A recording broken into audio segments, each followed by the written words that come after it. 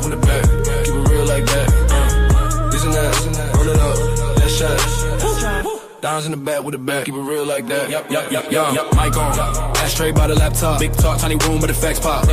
He don't fall when the stats drop. If the truth heavy, then it land with the glass knock sharp mind. Tip drawn like an arrow, cutting through the spin, never narrow. Every story that he like got marrow. His deep, but he say it all casual. Yeah. This and that, smoking with dimes. We talk facts, keep it 100. That's that. Never backing down, stand fast. On point like an arrow, that's dime.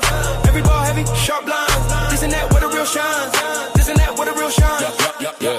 Late night, conversation in the smoke ring. Hard truth, make a broke man grow wings. That's why, to the whole thing cave in. If it sound fake, watch him go and erase it. Cold clear, what he say, he stand on same tone. All fair, the can go on every question that he ain't got a backbone. Whole squad nodding like a chain, that's the anthem. Whoa. This and that. Whoa. This and that. Name on the sign, dimes on the line. You can feel every word, every syllable. Grind from the first small spark to the last out breath. He gon' ride with the real every night, every set. Yeah. This and that, where the real shine. This and that.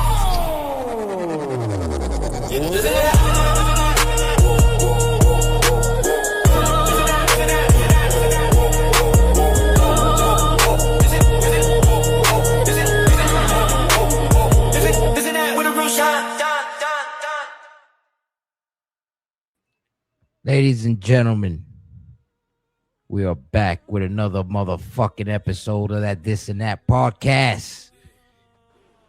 Brought to you by Global Productions, of course. And tonight we got the international megastar, the up and rising one and only. Everybody knows him as Big Mike. Everybody knows him as whatever you want to call him. But ladies and gentlemen, we have Michael Russell in the goddamn building. Mikey. Quite like that, Daniel. Very nice.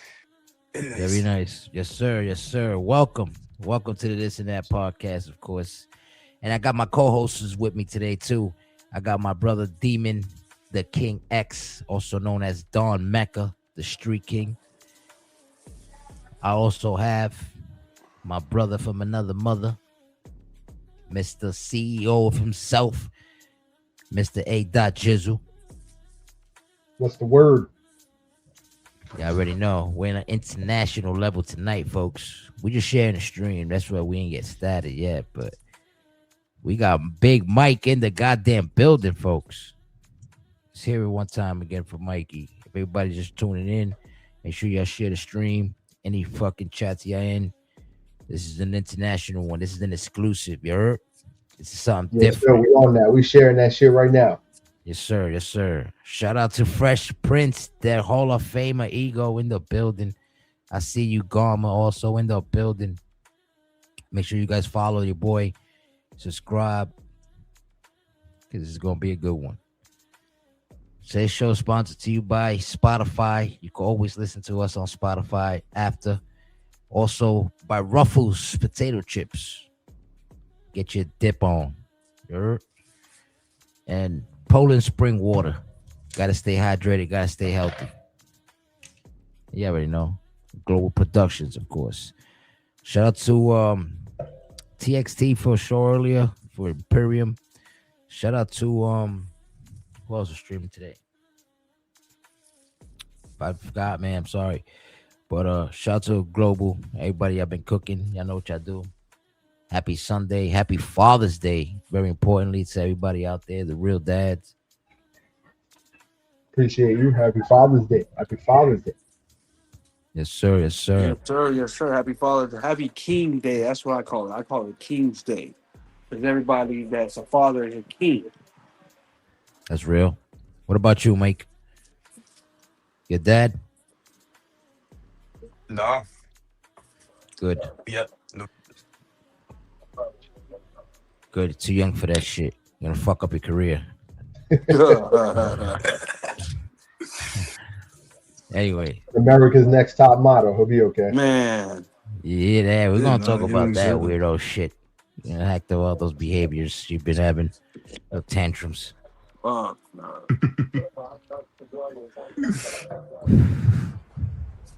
Anyways, like I said, ladies and gentlemen, welcome. to the motherfucking building. Big Mike's podcast on Father's Days makes sense because we sunning people's son. Oh shit!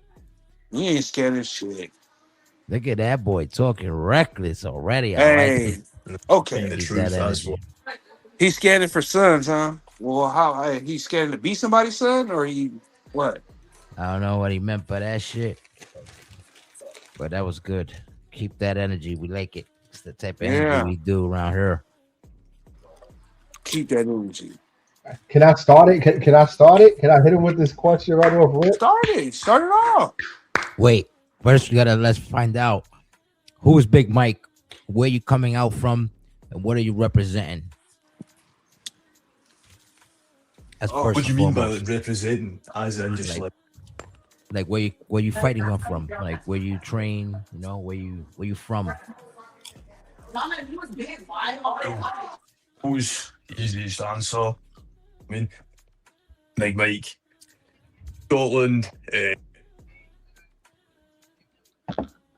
Oh no, you know what I mean? I'm just a Scotland. self-taught mastermind. You know what I mean? That's what it is. You know what I mean? I'm just that good at the game.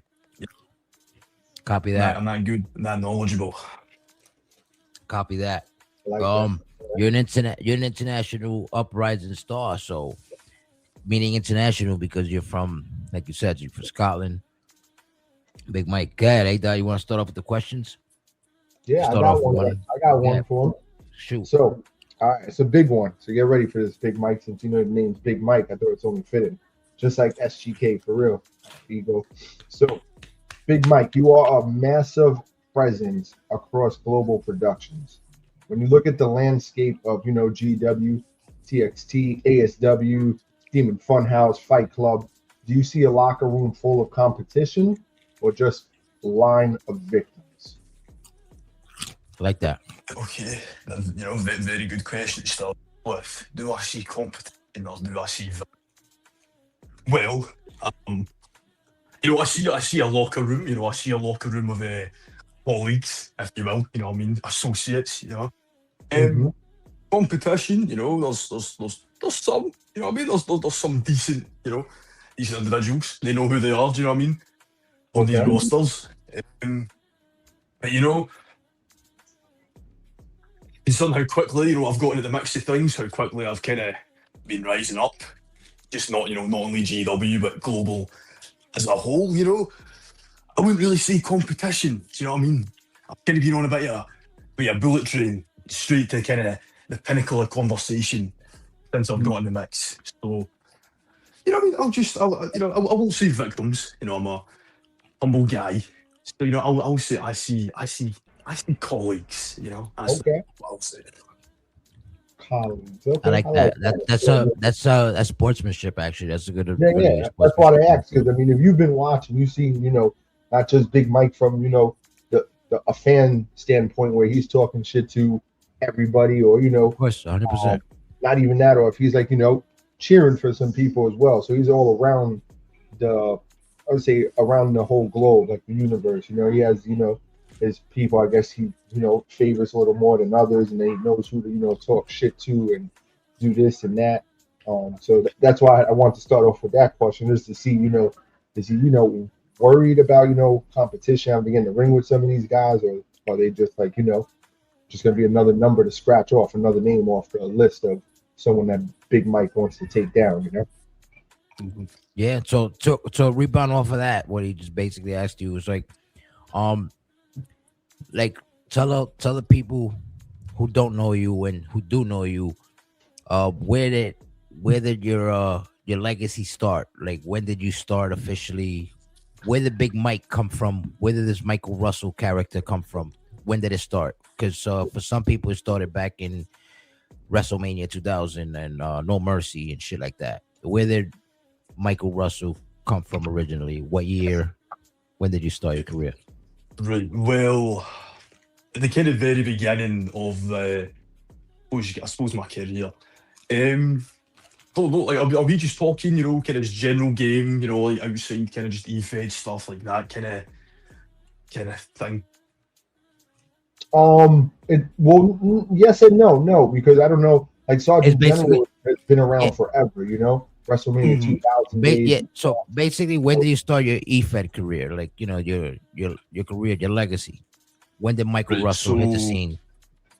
um, okay, I kind of have like it's the same answer, but like technically like two separate. So as a whole, like myself, I started doing this. It would have been at least kind of around this community about 2022, back end of 2022. It was I even actually had the specific date.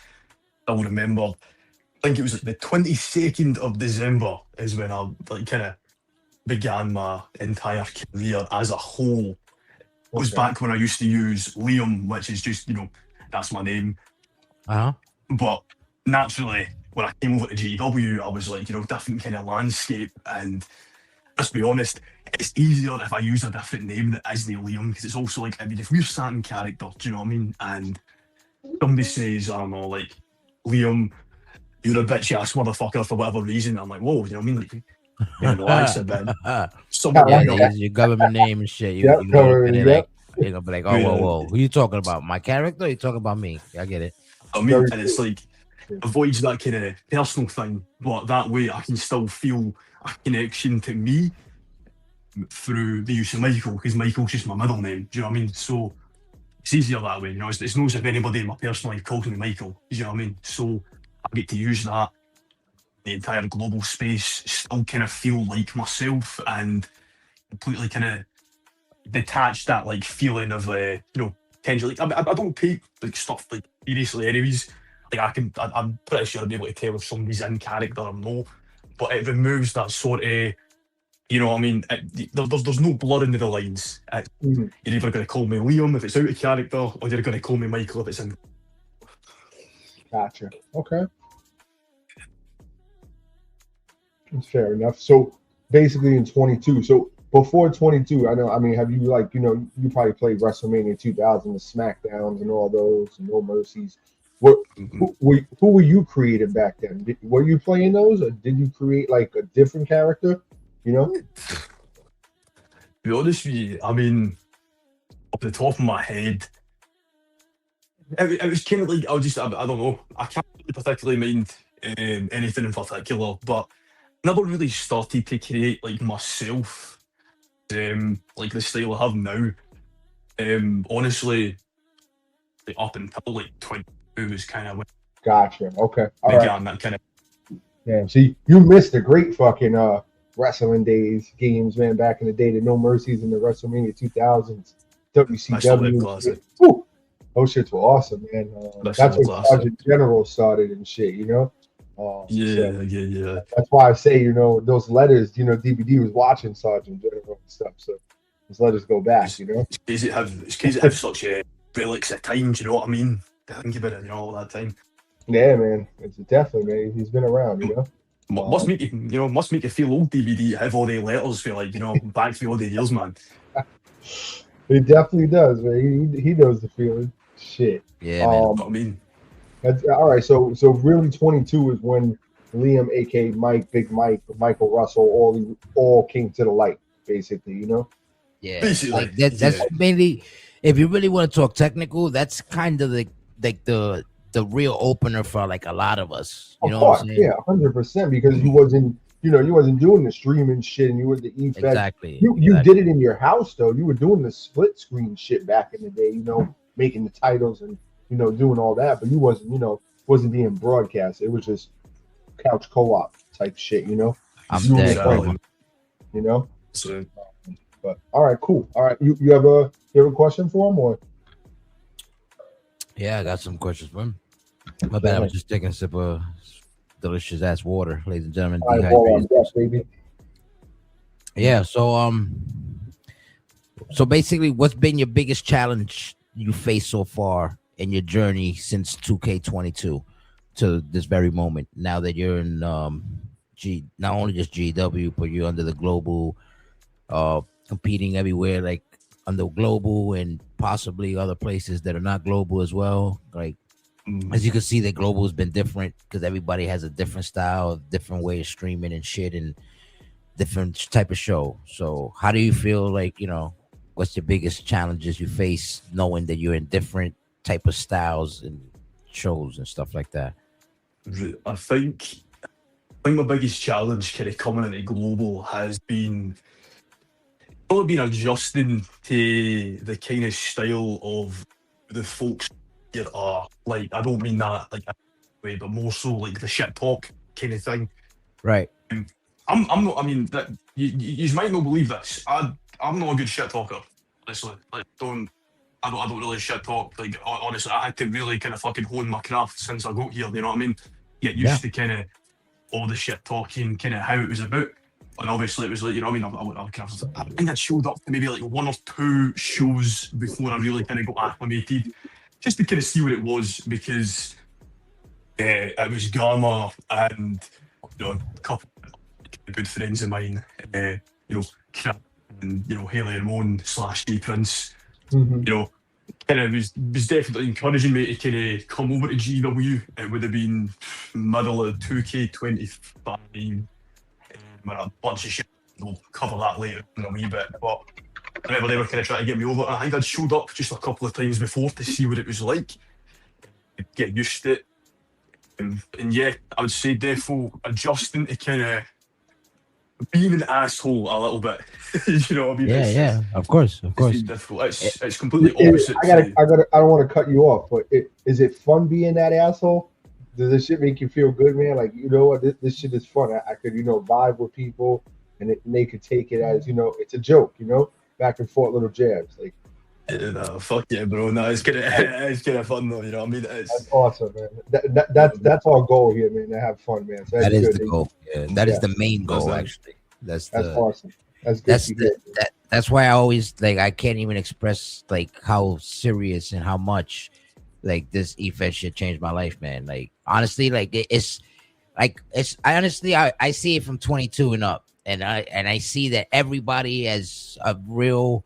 Like, this shit took the mainstream, kinda, not really mainstream, but like since 2K22 and up, everybody knows that that's when the official Efed business came into play.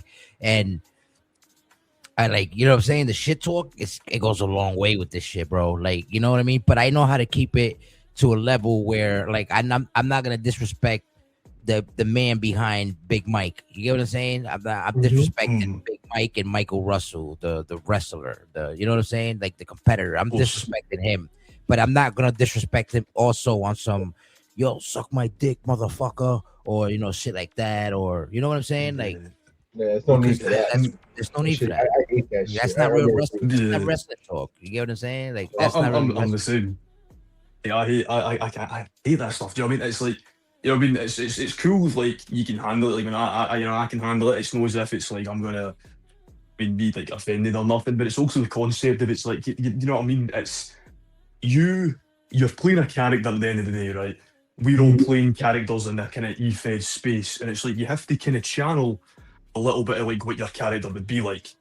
You know what I mean? You know, like Mike. You know what I mean? Very egotistical in a sense. He's like, you know what I mean, that kind of thing. And it's like he's not going to come away with that type of stuff. He's not going to be fucking talking about, oh, that's fucking gay. That's that. It's no his style. You know what I mean? There's meant to be like a, you know, like, keep that like, kind of wee bit of sense of like, professionalism among people. Do you know what I mean? End of the day, it's meant to be fun, and it's nice to kind of dive a wee bit into that kind of creative space and think, okay, I'm going to talk about this guy, but how am I going to talk about him? How am I going to, you know, from what I know about this character, how can I say things that, you know, isn't just like your typical bland, boring, like just fucking same shit? Can I say something that like makes sense? You know, kind of piques interest. There's nothing interesting about making the fucking, I mean, like a million fucking gay joke. You know, I mean, there's no need. There's trillions of gay jokes and shit like that. That's the easy way out. Mom jokes, suck my dick. That's all elementary shit to me, bro. Like that shit's man. It's all that shit. Yeah, man. Gotta be more creative, like, you know, especially if you're watching the product too. Like, you're seeing, you know, what their wrestler is capable of doing, what he's doing, you know, what he's slacking in and shit. Use that in your promos, you know, instead of having to go to, you know, hey, your mom's a bitch, or suck my, like, use what you're seeing, you know. That's what you see exactly. That's it. Like, You be like I'll call you a glizzy goblin or some shit like that. That's not telling. That's That's a like shot calling at you a Tyler fat Jones. fuck. You know what I'm saying? Yeah, I saw Tyler yeah, Jones in the chat. that's That's why I said that. Shout out Tyler Jones. I see you, boy. He ain't the glizzy goblin no more though. He ain't the glizzy gobbler. He's a fucking The skinny GU boy. yeah. Rock. The Yeah, guy got he- fucking lipo, man. He's I'm, fucking I'm, real skinny I'm now. calling him P Unit. He's pussy unit from here on out. You that's heard? crazy. Yeah, Crazy, right? cat Yeah. dog unit. He's in the cat dog unit. Cat dog unit. He's like cat dog. That's great. Nah, but back to you, Michael. So yeah, I get that. That and then to how they take the trash talking and shit like that. But yeah, they died. You got one? We can yeah, I can get him. Got him one. I got him. You know? Gonna go back and forth. Cool, okay. Yeah, we go back and forth. We go back and forth. All right. If you Demon X also had a question for you too, Oh, but we're gonna get yeah, to that one Demon later. Yeah. No, and Demon X because I didn't have my phone. I had him on the phone. Maybe I should Demon X. Demon X probably stepped away for a sec. All right, cool. I got one then. All right. Fuck you, Demon X. All right. So a lot of people look at your size, and think, you're not fit for, Hey, yo. this pause, whatever. Calm down a little. You see, there you go for your gay jokes. You're not What'd I fit say? for the level of competition here, but is there a strategy to how you, dismantle your opponents? That's a good question. Truth be told, there is no strategy. End of the day, there is no strategy. The main kind of strategy ultimately is just, you know what I mean, going out, putting on a good match, and at the end of the day, either I walk away as the winner or I walk away as the loser. But the fact is, most of the time, you'll notice Big Mike, he puts on them matches, man. He puts on them bangers. That's what it's all about at the end of the day. You know what I mean? Very true. Whether I catch wins or losses, end of the day, it's all about if the opponent that I'm in the ring with can match the pace, can match that sort of drive that I can bring to the table, At the end of That's the good. day. That's good that you said that too. So speak on that. Elaborate a little bit on that, on the wins and loss thing, like how because a lot of people can't take losses very well. A lot of people, as you can see, you see them out there, you see them in our communities and everywhere. They on some bullshit, and like we joke around like, oh, this shit's rigged and all that, but we just doing that shit fucking around. The real people that we say that to will know, like, we only fucking around to shit, and everything is always been legit here. You know what I'm saying? Of course. I'm honest, I'm glad you asked me that, because there's one thing I default when it comes to wins and losses I want to specify, because this is when I learned truly wins and losses don't matter, and I'm glad that Garner should be in chat, because he can prove this when I say this. So the place that I was in before, this is when I was just starting out. I didn't win very often, not until the back end. Before I say this, because this is like fucking surreal, you'll probably never believe this. I want you to guess how long of a losing streak I had in that company. Take a guess. I'm gonna say like 7. Totals? Like that, like a number? As in, Like a like, streak. over the course of time. So I'm gonna go I'm gonna say like 12, 13. Damn. I lost straight for 8 months. 8 months. That's fucking insane. Months. So that's 8 even more months. than what we said. Multi matches too. Okay. But you don't know how much in total. You just know the streak was 8 months. Over the you course count of 8 months, I multiple did man matches too. Yeah, I multi-mans. But if I had a think- one-on-one feud, I'd lose that. It was fucking horrible, mate. It was, I think do you know what I mean? for us, it was Tolos when he first started in 22. Yeah, he went Tolos 0-7, months. 0-8, and I was like, damn, this man's gonna think I'm rigging this shit. He's gonna leave the company. He's gonna think I'm rigged. But he was cool with it, man. And Tolos is a Beat up, brother now, left and man. right. Shout out to Tolos I mean, and Crazy Fox, man. That's yeah. family right there. You That know? man- Fucking look at me as well, world champ, man. Yeah, man. But So, fucking nah, bro. It's when it comes to wins and losses, that's when I truly learned that when it comes to them, like it doesn't matter. Do you know what I mean? End of the day, but to me, what matters the most is what you're putting in and like the type of work, like the work ethic that you're coming with at the end of the day. Do you know what I mean? That's what matters. You know what I mean? Yeah. For people that care about the wins and losses might matter more to those. This is going to sound a bit disrespectful, but it's more so like wins and losses matter for those that perhaps don't, might not be as much, as charismatic with their call, might not have as much direction. At the end of the day, it's like, that's where wins and losses would matter more. End of the day, for me, you just said I'll something. win. You just said something very, very true. There. Mrs. Ramon is speaking facts in the fucking chat too, bro. You just said something very true there, Michael. With He did say something, brother. Yes, he did, man. Yes. That's it, man. It's like I can comfortably say that I could lose and lose and lose, and I'd still have a way to spin it. I'd still have a way to kind of come out, be sort of, at top, keep my name at the pinnacle of conversation. Because the fact is, it's like, always the whole like, oh, it doesn't matter what you say, it doesn't matter how you speak, but it matters what you do in the ring. A big part of this is speaking. A big part of the whole kind of Efed space is being able to talk, being able to, be kind of charismatic and promote yourself. At the end of the day, you know what I mean? You don't want to talk, shut up. Let the people at the pinnacle of the conversation continue speaking. That, you know what I mean? That's the way I see it. And that kind of thing. I fuck with that. It's dope. That, man. That's it. Yeah, man. And I agree with what Miss Ramon said. I mean, anyone else, like some people who lose 1 to 2 matches in a row already want to walk out a fucking, what do you call it, Efed and thinking it's rigged. And you're gonna lose, bro. At the end of the day, especially with AI, and we're not controlling what happens. Like you're gonna win. You're gonna go on winning streaks. You're gonna go on losing streaks. Might go flip flop back and forth. You might win. You might lose. You might win. You might lose. That's just what's gonna happen. It's like what Mrs. Ramon said: is what can you do? And I always say, like, how do you bounce back from losses? How do you tell the story? What's going to make you stand out now if you did lose 4 in a row, right? How do you bounce back to get your name back in that pot and pop it again?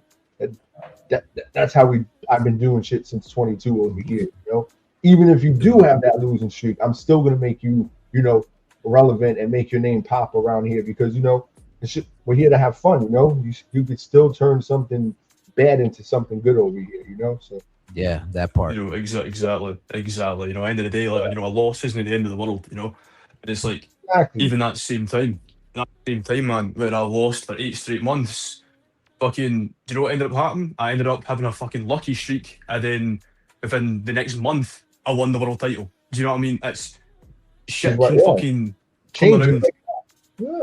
Yeah, I was in NWA, but A-Dot wasn't. A-Dot never really joined any of the Efeds. Never, man. I've always been this global is the only thing, bro. God, this is it, bro. I always say that shit. Like, I've got a lot of, bad hate feedback for like, oh, why don't you go do this? I don't give a fuck what anyone else is doing, bro. I don't give a fuck. I used to hate that made you like cash in for you to fucking get a match. And even a multiple. Told me that shit. That's crazy, bro. Yeah, honestly. You started from, right?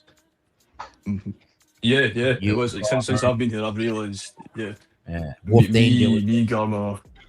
He was there. I was a little bit late to his kind of whole career over there. I knew of him, and he knew of me, but I was a little bit too late to kind of see him in the ring. Thing. Listen, ever since kind of being over here, I have realised like the whole kind of concept of having to cash in and like get yourself actually, but that was fucking insane. An insane concept, because even then the redeems at that were like so fucking high up in channel points, and it's just a big part of it felt like they never until the back end kind of promoted the concept of having a lot of monetary kind of flow coming in, but it was also like, let's be honest, you subscribe, you get your channel points quicker, you get yourself booked quicker, like all that kind of thing. It was like, oh man, the concept is that's the thing, you needed to at least watch at least like 4 or 5 streams before you could book yourself. Damn. Oh yeah. So they just put you like, hey, this is what you got to do if you want to be irrelevant around here. We need you to watch these shows, then you cash in, then you get put in this match, and then if you lose, you're kind of fucked. You got to wait till you cash back in again. That's crazy. It's disrespectful. That's why, for me, like, I'm big on, if you're not on a show or two, I do apologize. We have like 126 people, I think I just got to right now. So you might see promos, you might see backstage attacks. you could still be in there, bro. Or you just gotta rest. You're a champion. You know what? You're just resting right now. We're trying to find out who's next for you, what story, what road you're going down. You could still be popping without, even being on the show. Something like you see your promos too. So Yeah, you killed that. That's what I was telling. I was saying that in a past podcast about your promos, Haley Ramones, or Jay Prince, Garmer. Mhm. Well, I haven't really seen a Garmer one, but I seen yours. I seen Jay Prince. You guys fucking cooked with that shit, bro. yeah, man. Like I was like, yo, Firework, man. Firework. it's different. You know what I'm saying? Mhm. And I'm glad that you brought that to our community because that's what we represent, being different. You get what I'm saying? So when you bring something different like that to our shit, it's like exciting. You know what I'm saying? It gets me excited. So now, as it gets us hyped and like excited over that, right? How does you looking at your creation, at what you are, and since your debut here in the global productions, all the global production brands, you've been cooking since your debut. How do you feel when you see your guy like be mentioned as like, yo, this guy's like the future. This guy is like the next coming thing in global and shit. You were actually the ASW heavyweight champion. Yeah, fucking that was a fucking crazy stint. I won that in like 3 fucking matches because it was like coming up the time for Smokefest. And I managed to get in the ladder match and somehow fucking won that. It was crazy. But nah, man. Honestly, when it comes to kind of just it feels good. It does feel good to kind of see people like have so much praise for the stuff I'm kind of doing and like kind of the work I'm putting in, not just like my character in the ring, outside the ring, the whole kind of promo work. Do you know what I mean? All that kind of stuff. It feels good for people to kind of I want more. you know. I ain't gonna lie to you. I can't wait to see more. Let me tell you something, man. A lot more it's going to be coming soon. When I mean, a lot more is going to be coming soon. That's for sure, defo. I mean, they take a wee bit of time, but it's it's time that I don't mind like putting in. Do you know what I mean? It's time I don't mind putting in, putting everything together. Firing out because it's the style I like to do. It's the style that I've liked to do it ever since. You know what I mean? Kind of when I've started making them.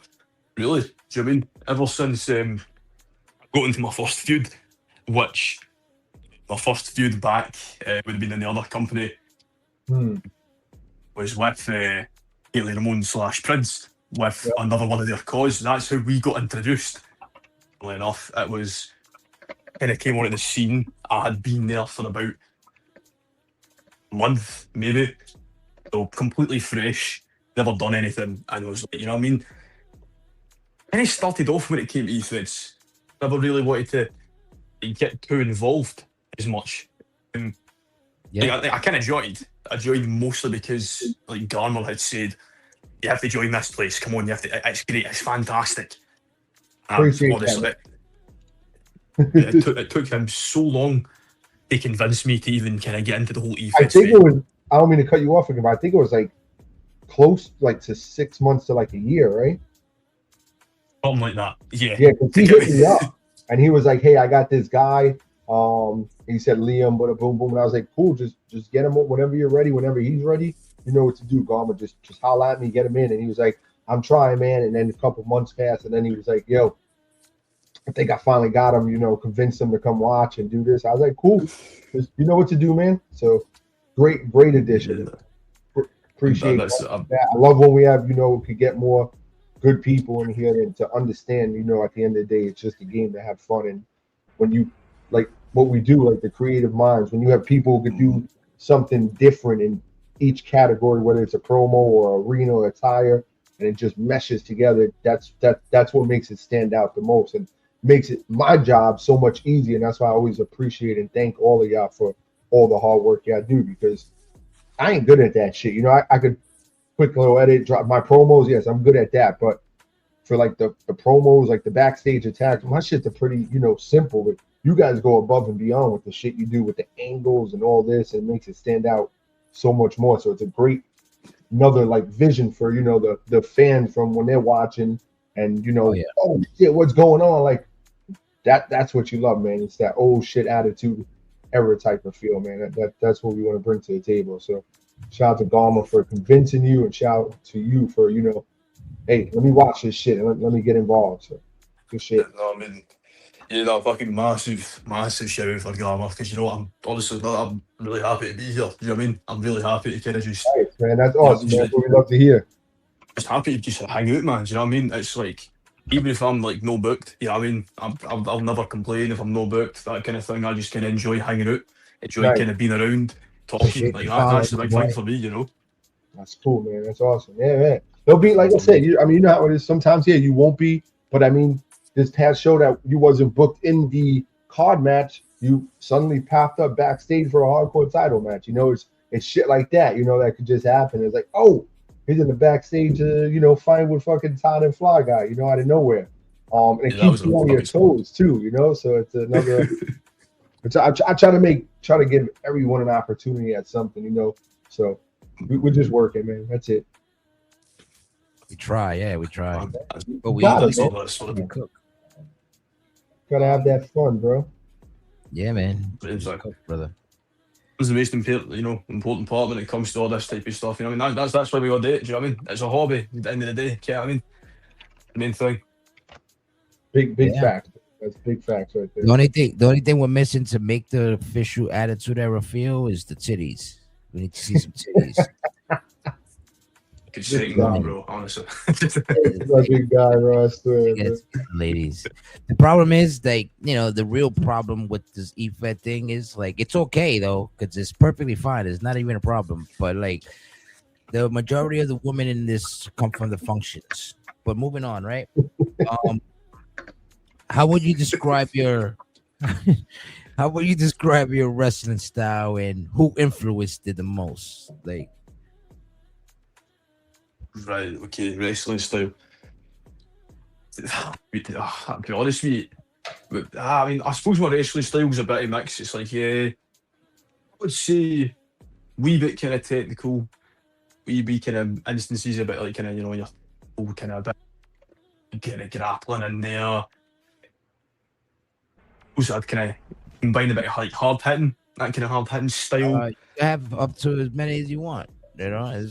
He said Right. Sting, right? I'm not bugging. He said Sting. I think no, I was just saying like just in terms of like how it actually is. It could be from any era. Maybe somebody that influenced you, like somebody that made you feel like, yo, you know what? I want to be like that. I kind of see myself, like I see that in myself, kind of thing. You know what I mean? Like, who influenced that?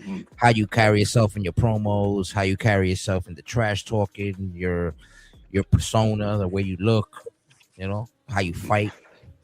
Suppose I would say who like influenced that the most?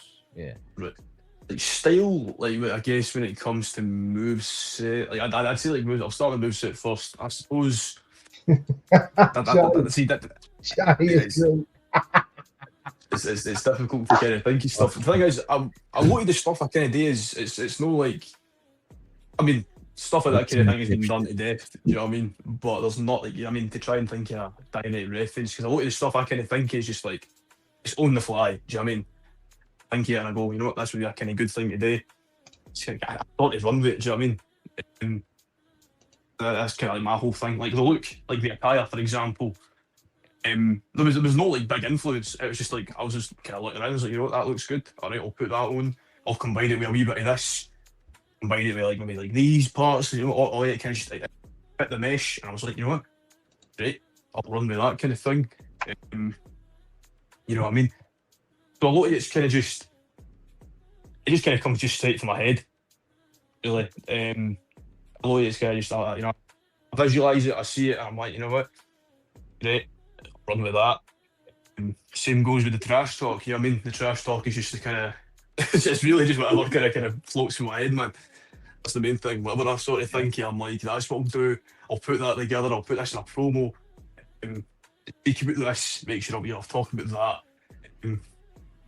Yeah, I wish I had a better answer. It's just that. Yeah, no, you know that's what I mean? I mean, it's whatever. Because like me, like I call like inspirations from like Stone Cold Steve Austin, Razor Ramon.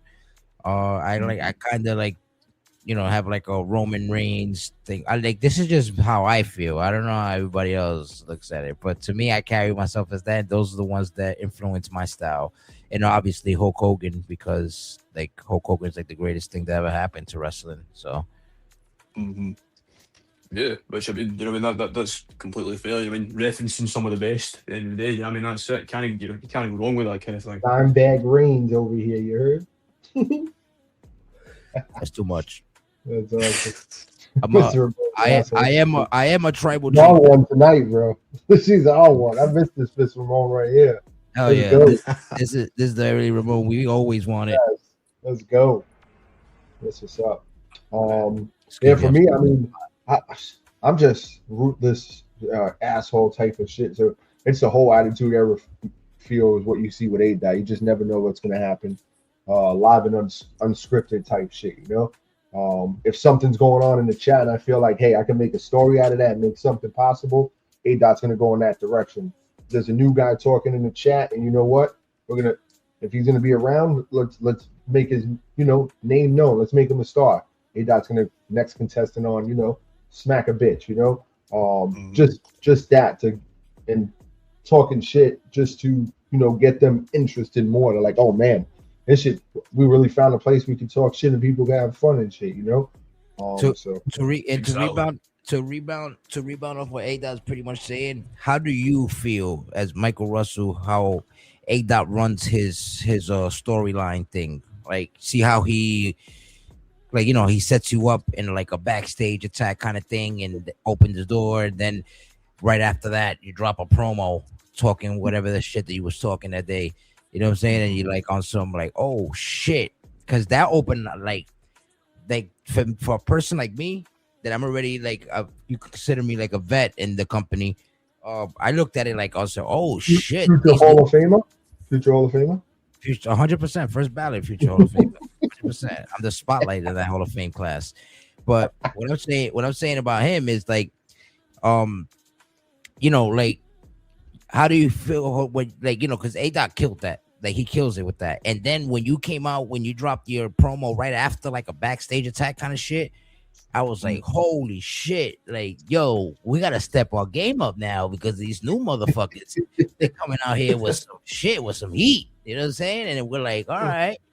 So that's when I actually known, like when I saw the Michael Russell, like the debut and like the whole everything from that moment, I was like, oh shit, this guy is like he's kind of nice. Like this, like the dude got the charisma, he got the fucking everything. Like, you know what I'm saying? Like he's nice in the ring.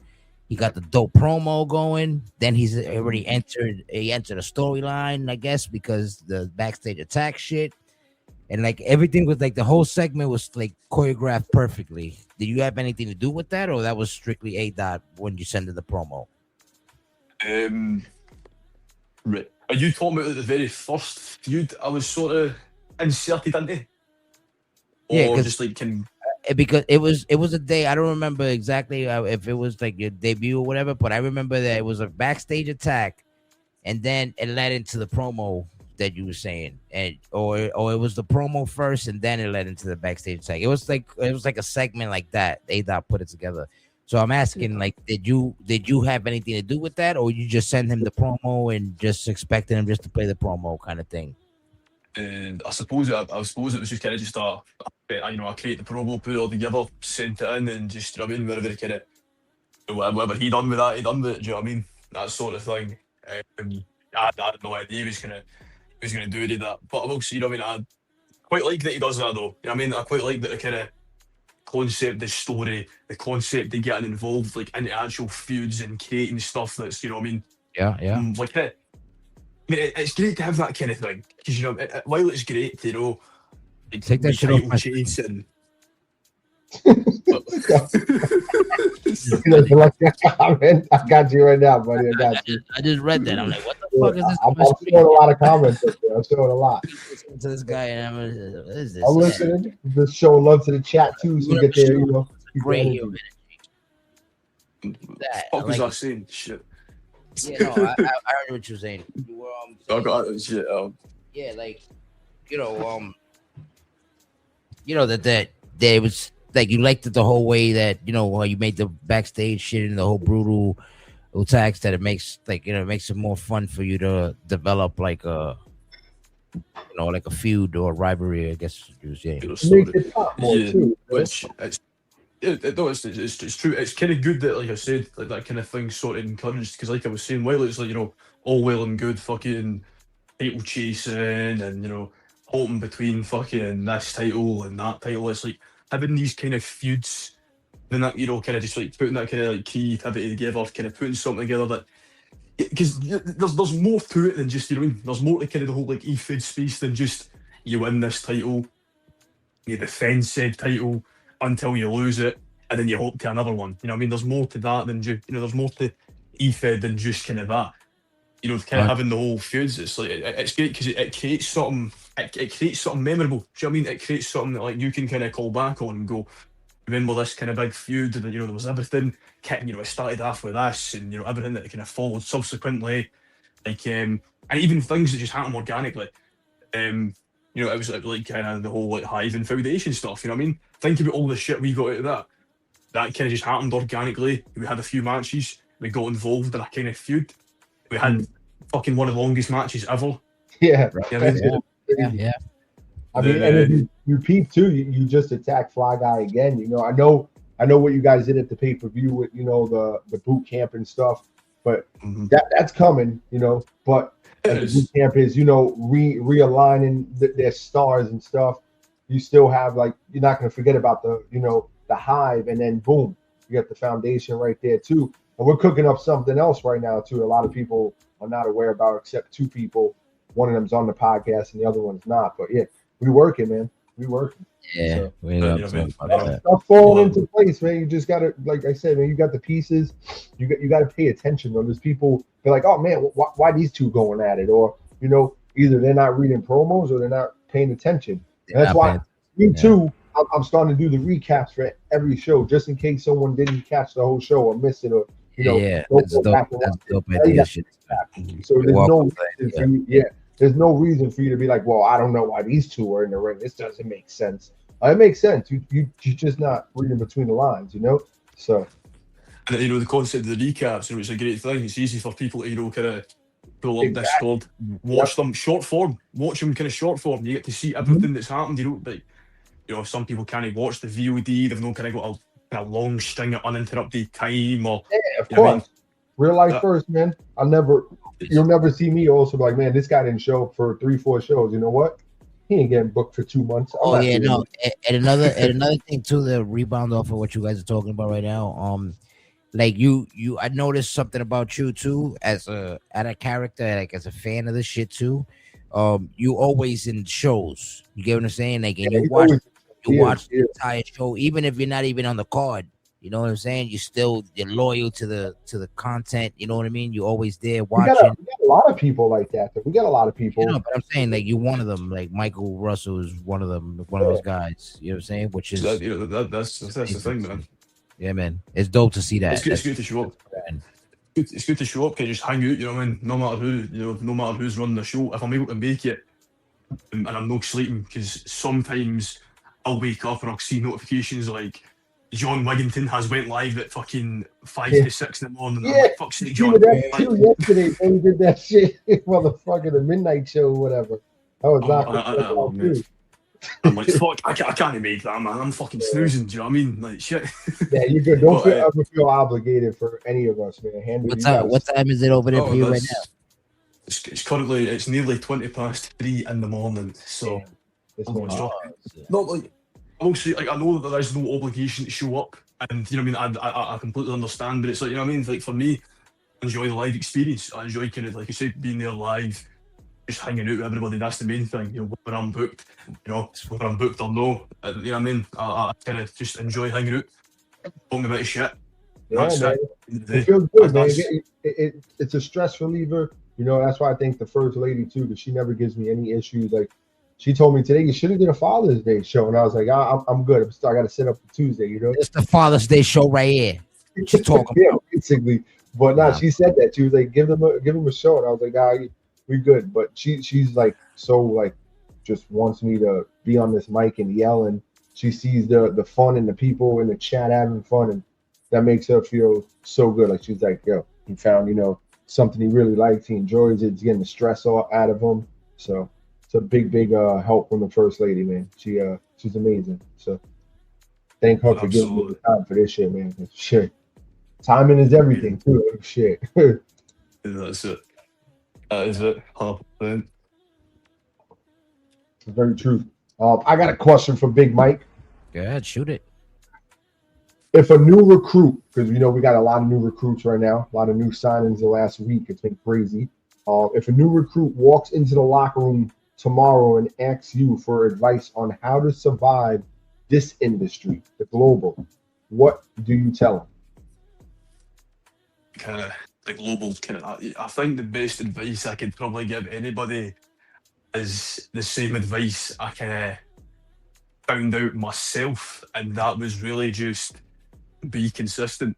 It's the best thing I feel like I could give anybody when it comes to shows, just anything. You know what I mean?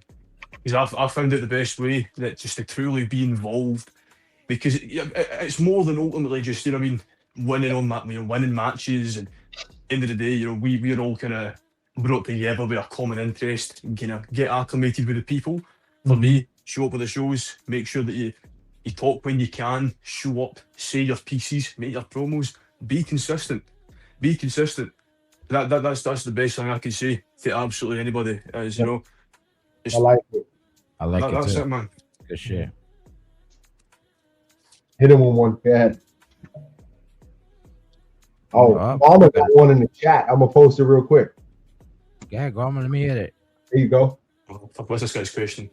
It's up on the screen. Can you see it, or you need us to read it to you? No. You don't want to talk about it? Okay. You don't have to. No pressure. They want to hear. Everyone wants to hear about it. Who's they, motherfucker? So I was I wonder.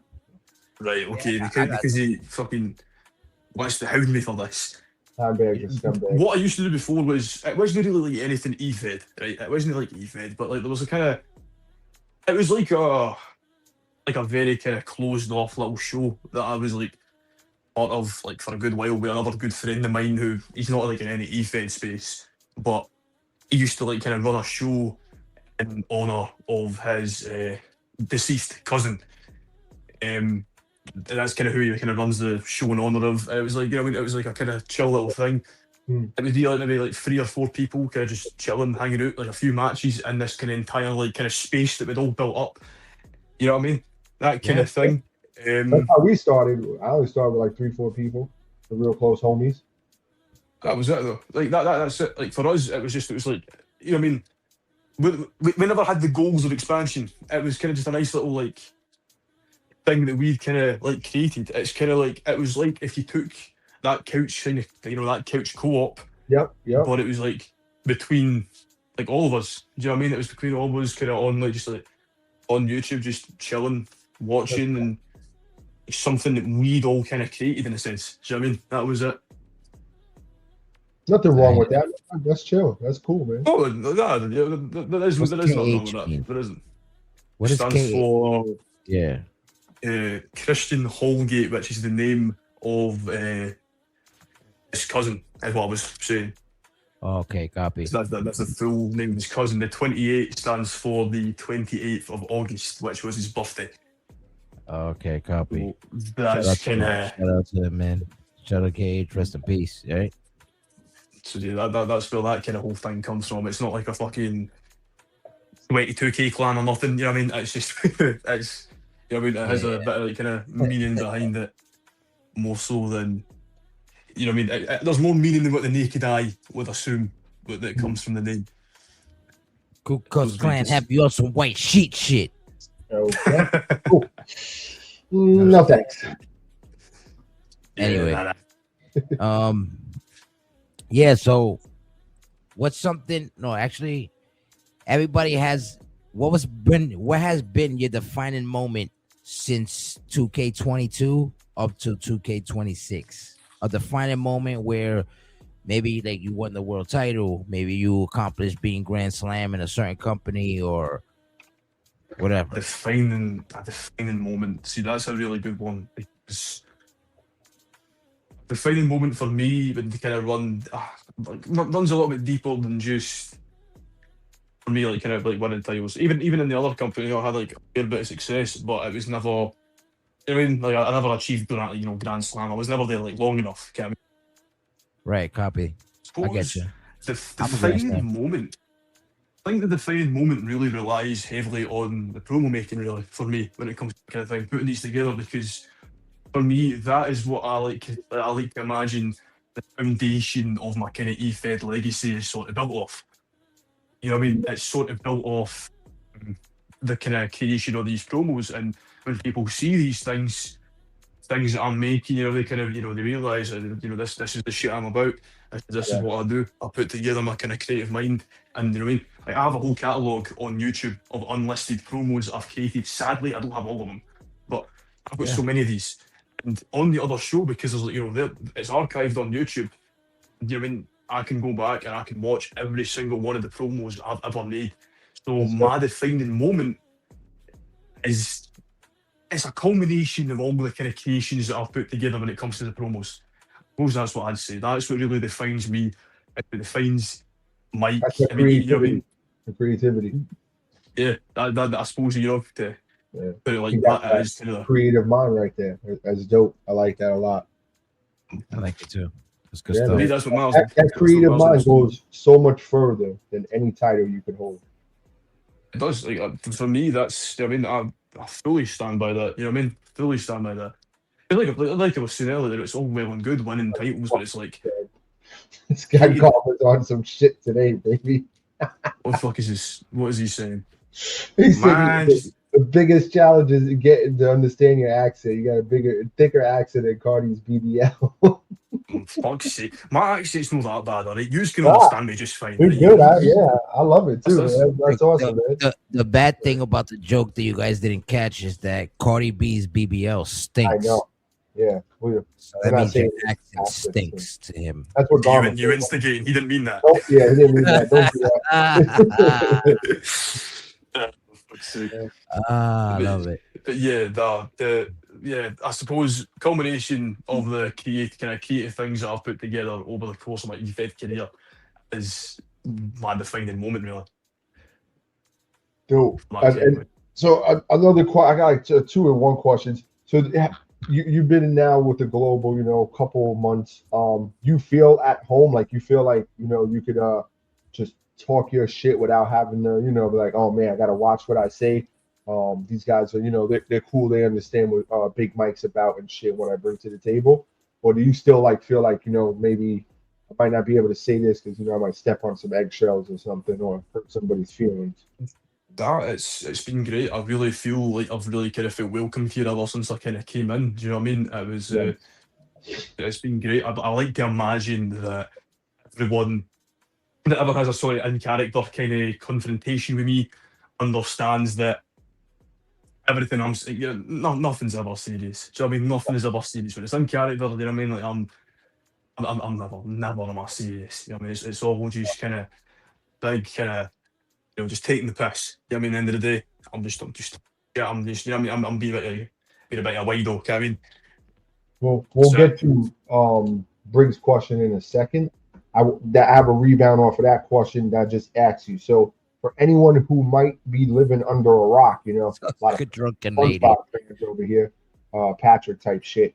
Define exactly what Big Mike brand is in 3 words. my brand in 3 words. Yes. How can you describe for anyone who's living under a rock, who's Big Mike, Big 3 Mike, words. Big Mike. In 3 words, I'd like Yeah. to say creative. I'll try not to say anything that I've already kind of really said before. I'll say so creative. I would say impactful. Impactful. Yeah. Creative, impactful, and greatness. Well, anyway, greatness perfectly sums up impactful, greatness, and creative. because my creativity is great. It leaves an Love it. impact. I love it. There you go. Yeah, completely. I just bullshitting my way through that, but you know what I mean? That's the best thing I thought of on my head. Motherfucker freestyle that shit. I That's know, crazy. motherfucker. He's not really impactful, yeah. He's just making that shit up. No. That's great. Nah, shout out to you for that. That was good. Briggs' question on Generate the these fucking screen. things like AI. Hey, sorry, what was he saying? He says, Briggs' question is, within your whole Efed career and any promotion, who has been your favorite opponent to share the ring with? Oh, right, that is a great question. You better say the right answer. I haven't faced him yet. There goes your answer. You better, Bet. yeah. He said DVD That's has that's stepped in the the ring cop with out me yet. answer. The cop Hey, out Daddy answer. ain't smacked this. Yeah, that's not what didn't tell him. Tell him, Big Mike. That's the cop out answer. Right? If I'm to think of somebody that like who has been my favourite to share the ring with, that's a good one. It's a good one because it's like, right, over the course of my career, No grapes. probably. I'm trying to think hard for this question. Yeah, I mean, I'm trying to think of something really good that I can say. Let's say, favourite over the course of my career. Michael Hernandez. I am Absolutely dead. not, right? He's a bum. I snatched his name for him, you know what I mean? Listen, you know what I mean? That's a corporate answer. You can't say that. Yeah, true. Yeah, Big Mike, where the hose at? nah, they ain't here right now. They sleeping, man.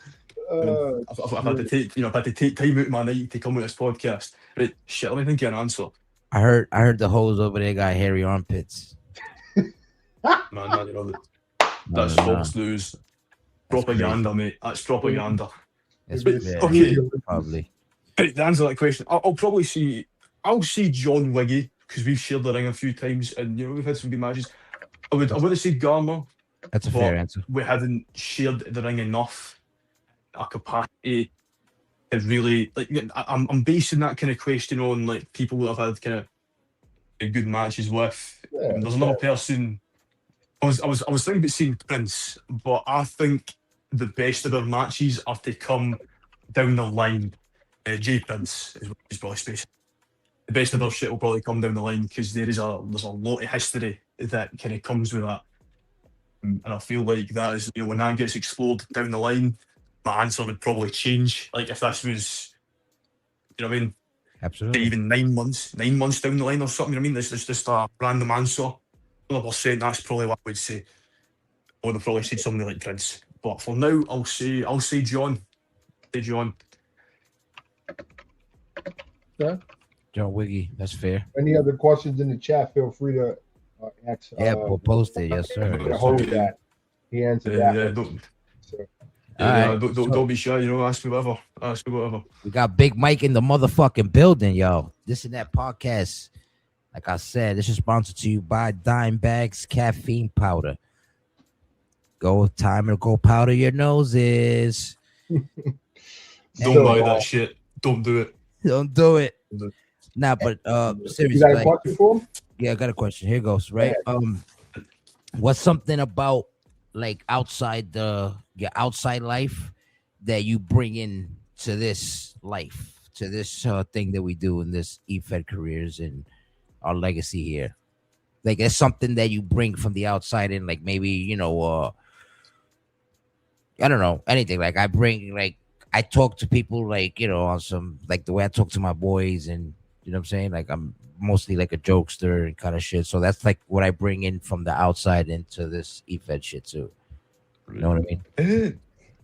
What do I bring in for the outside life? I suppose. His persona. Yeah.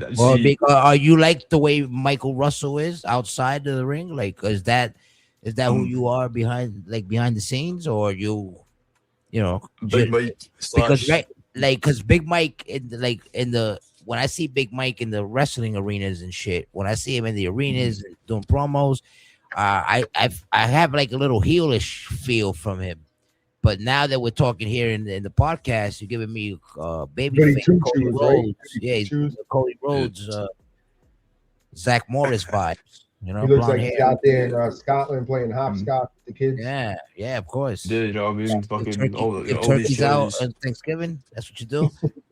Yeah, man, you know, like, listen, you know, they even coined me the name, you know, Mr. Make a Wish, you know, John Cena who? I do, you know, the way I make bitches' dreams come true. That's what I do. It's I shit, love it. nah, but what was I going to say? Nah, honestly, Michael Russell slash Big Mike, I think, honestly, I'd say he's like how I am. I can kind of, like, you know, I have to kind of adjust being a bit like a dick in my persona for Mike. But, you know what I mean? That's it's sort of off of how I am as a person.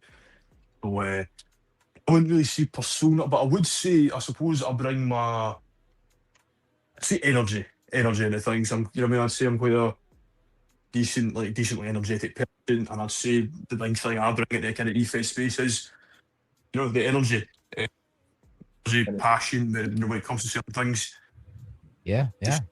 making it the cause, you know, construction promos, you know, the way I speak to people. I'd like to say energy, that kind of range. I like it. It's dope. Birdman says he has a question, but then he got interrupted, so he hasn't asked his question yet. So as we wait for his question, No rush, no rush. no rush. I got one for you. So every big man in this business has a target on their back, right? We know that. Mm-hmm. Do Yeah. you enjoy being hunted, or do you prefer doing the hunting? I'd say I prefer being hunted, to be honest with you.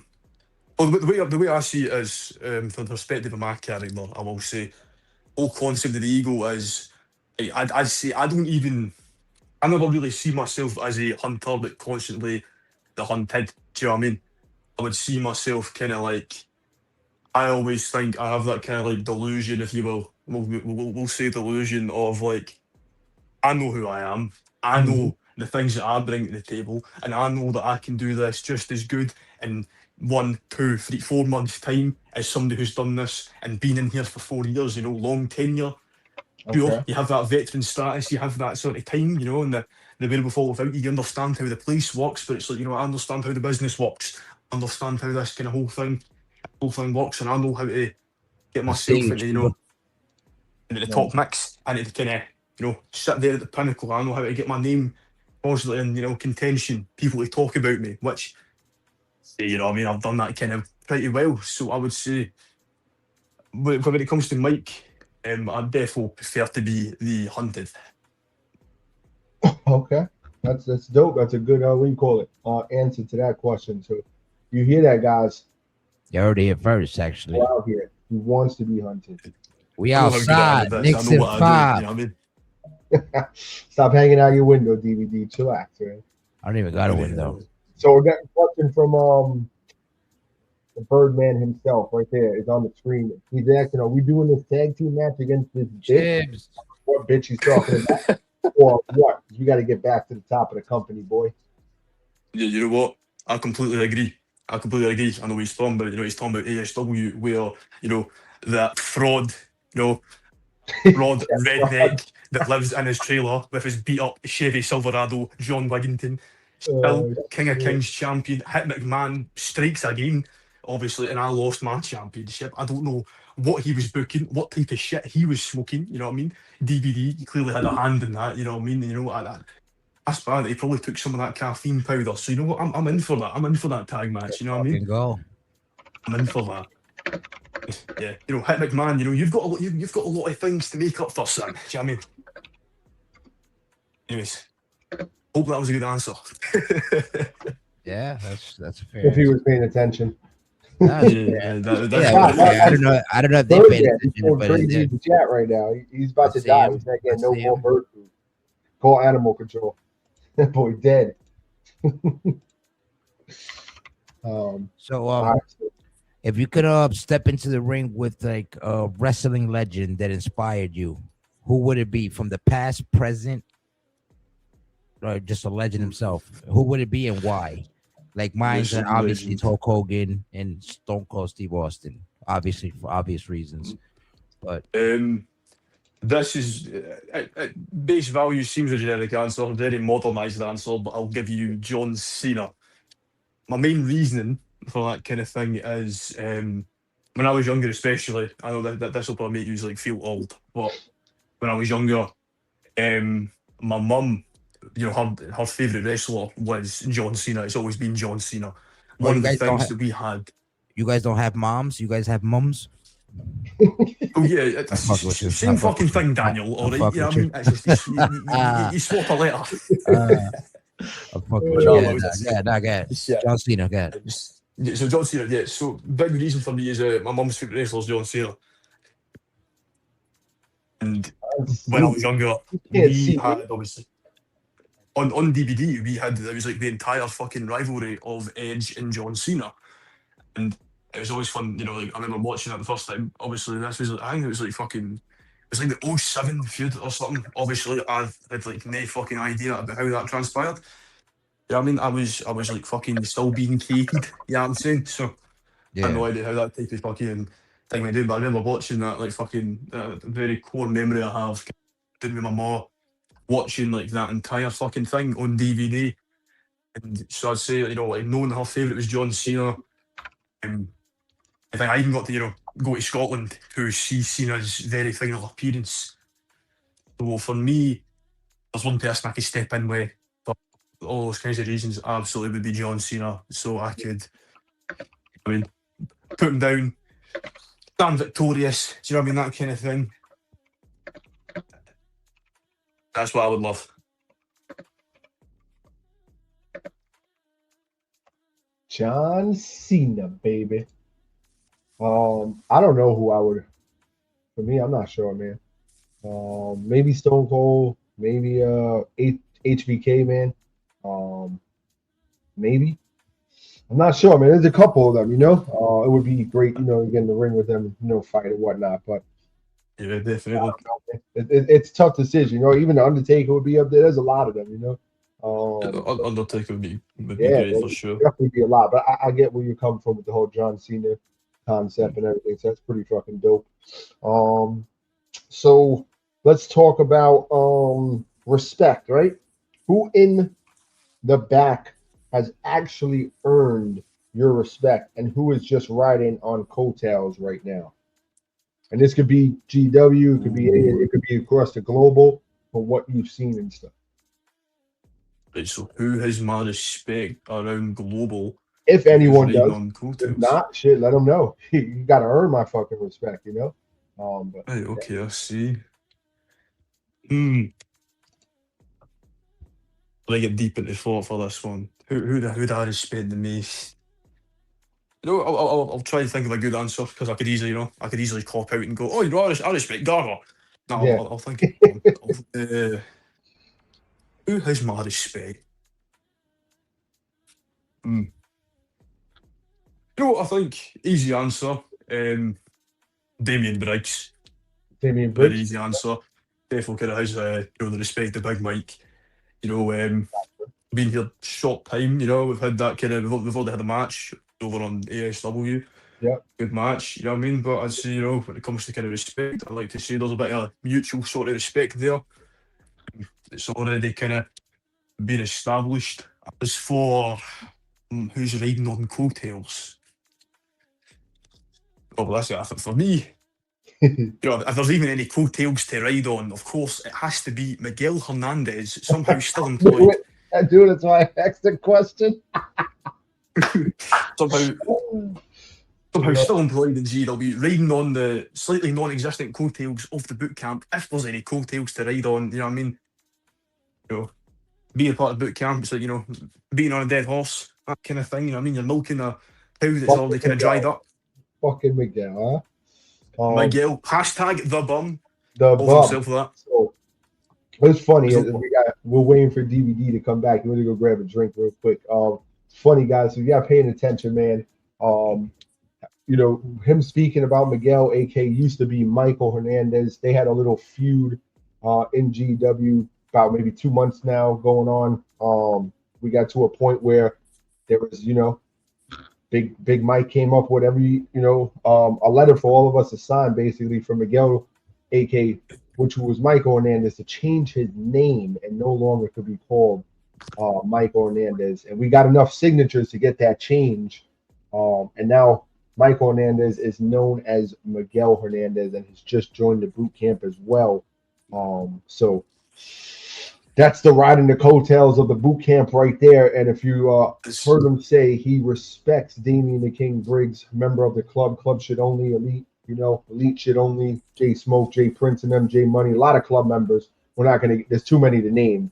They try to get everyone in the club because they're scared to fight him. But this explains now why we saw Big Mike in a dress, ladies and gentlemen, with his pom-poms cheerleading for the club. So Big Mike, how That did image was fucking wild. Oh, it was like I saw that for the first time, and I'm like, "What the fuck did I even say?" It was like, so, when did you see that? oh man. So if you see how we do things around here, a lot of us vibe off of what's going on in the chats, the backstage, that when we're live, who's talking shit with who's in the ring with who. And people are, taking notes. I got my pen and my pad over here. Or even on podcasts, like if people are talking in the chats right now or who's on the podcast and they're going back and forth, you could build shit off of that. You could be like, all right, these two might be a good match to, put together down the line and get something going with them. So it's all about paying attention, and that's why I say reading between the lines. So, excuse me.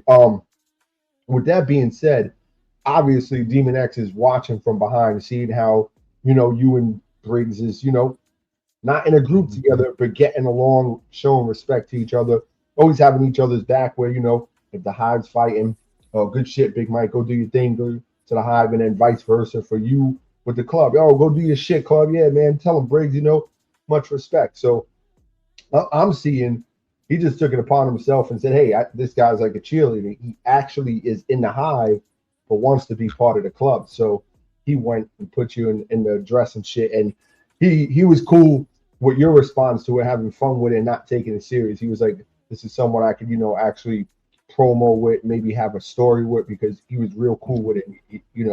All fun and games, and now how do you retaliate? Because that's what we do around here, So shout out to you for taking it on the chin, not feeling the type of way, not crying about it. And now we got something to look forward to, Yeah, that's it. I mean, at the end of the day, It's like, why take it serious? I mean?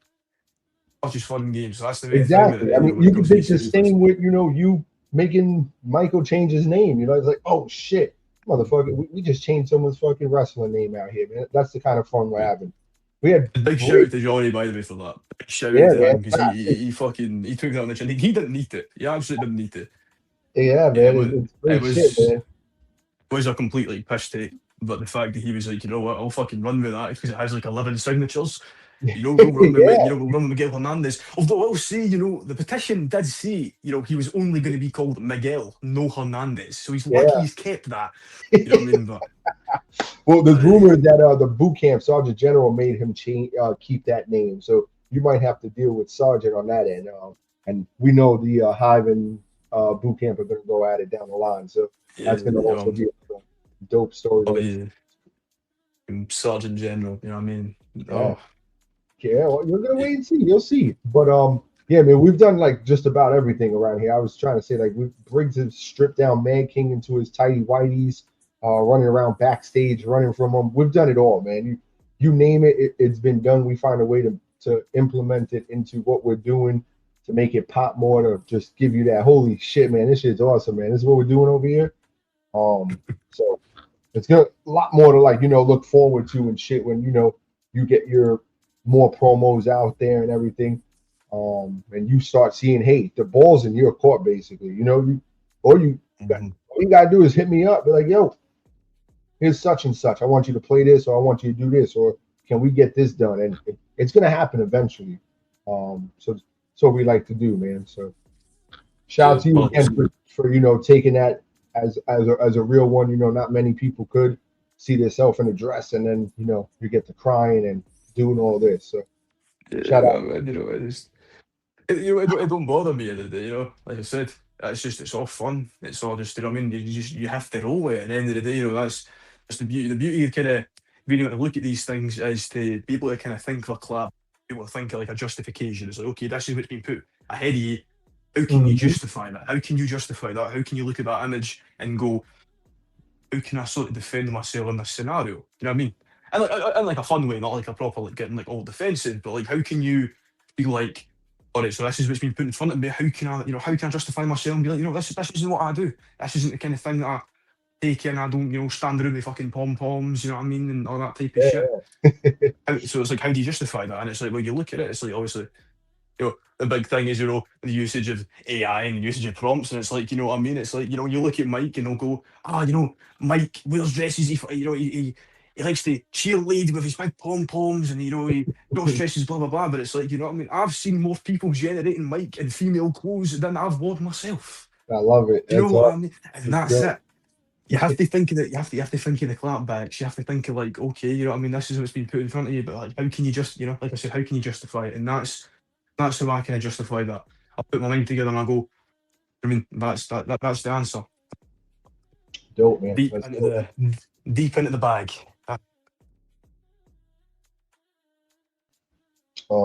That's cool, man. That's good, man. It's good to have too. You have Yeah. that mindset, so you already know. Boom, this is what we're going with. What's the word? Shit. I was listening to everything you Welcome. guys were talking about the whole time. Yeah. And you ask your question. Yeah. I'm gonna run to the bathroom real quick. So perfect timing. I'll be right back. Yeah. Cool. Yeah. So that was great, like what you were saying about talking to. By the way, so what's something you hope what's something you bringing into this to global production that's different from everywhere else that you've been before you got into any of the global production brands? Like, you can go back to the NWA time to you haven't really been a part of much, like you said earlier, but like The what's something that only you bring in different now that you didn't do mhm, back then, something I'm bringing now, definitely the sort of, I'll say, like, good and direction, because it's like, back in, NAW, what I mean? I used to have that sort of, still kind of play the heel, but it was also like, it was very, very contained. You know what I mean? It wasn't like kind of direct, kind of, um, like the Yeah. way I kind of do it now. It wasn't the direct shit talking. So the attitude has definitely um, been a big thing that's come into kind of the entire global space. Attitude, direction of how I'm kind of taking things, and less laid back, more of the, like I said, more of the shit talking, more of the kind of like, the very like You have affirmative, more just of an like, edge to your character. I mean, you Yeah. could say that. You could say that. Basically, aye, that's kind of the whole thing with Mike. Yeah, definitely, bigger edge. Yeah. You feel like if you would have started doing what you're actually doing now back then, you'll be way better than like the majority of us by now? Or do you think that where you at right now is the perfect timing for the perfect point in your career? Uh, I would say, I would say so. Like, everything happens for a reason. Everything transpires the way it's supposed to, and I think, right now, how everything's kind of unfolded, where I'm at right now, being around global at the time I've gone into global, I mean, works all perfect. You know what I mean? And, everything happens for a reason. Had I not, had I been here, for example, at the very beginning of my career, and say 22, and completely skipped out on the journey of NAW, which is the beginning, plenty of people, I might not have met, and kind of bonds, kind of relationships, kind of thing, wouldn't have been formed with those kind of people. Right. Um, so I'd definitely say, I joined in at the perfect time. Joined in at the perfect time. I agree. I don't think this is a better time right now for this global production shit to take place. Like, we got so many people. Like, I was talking to somebody else on a podcast that I was telling them that it's like the global thing.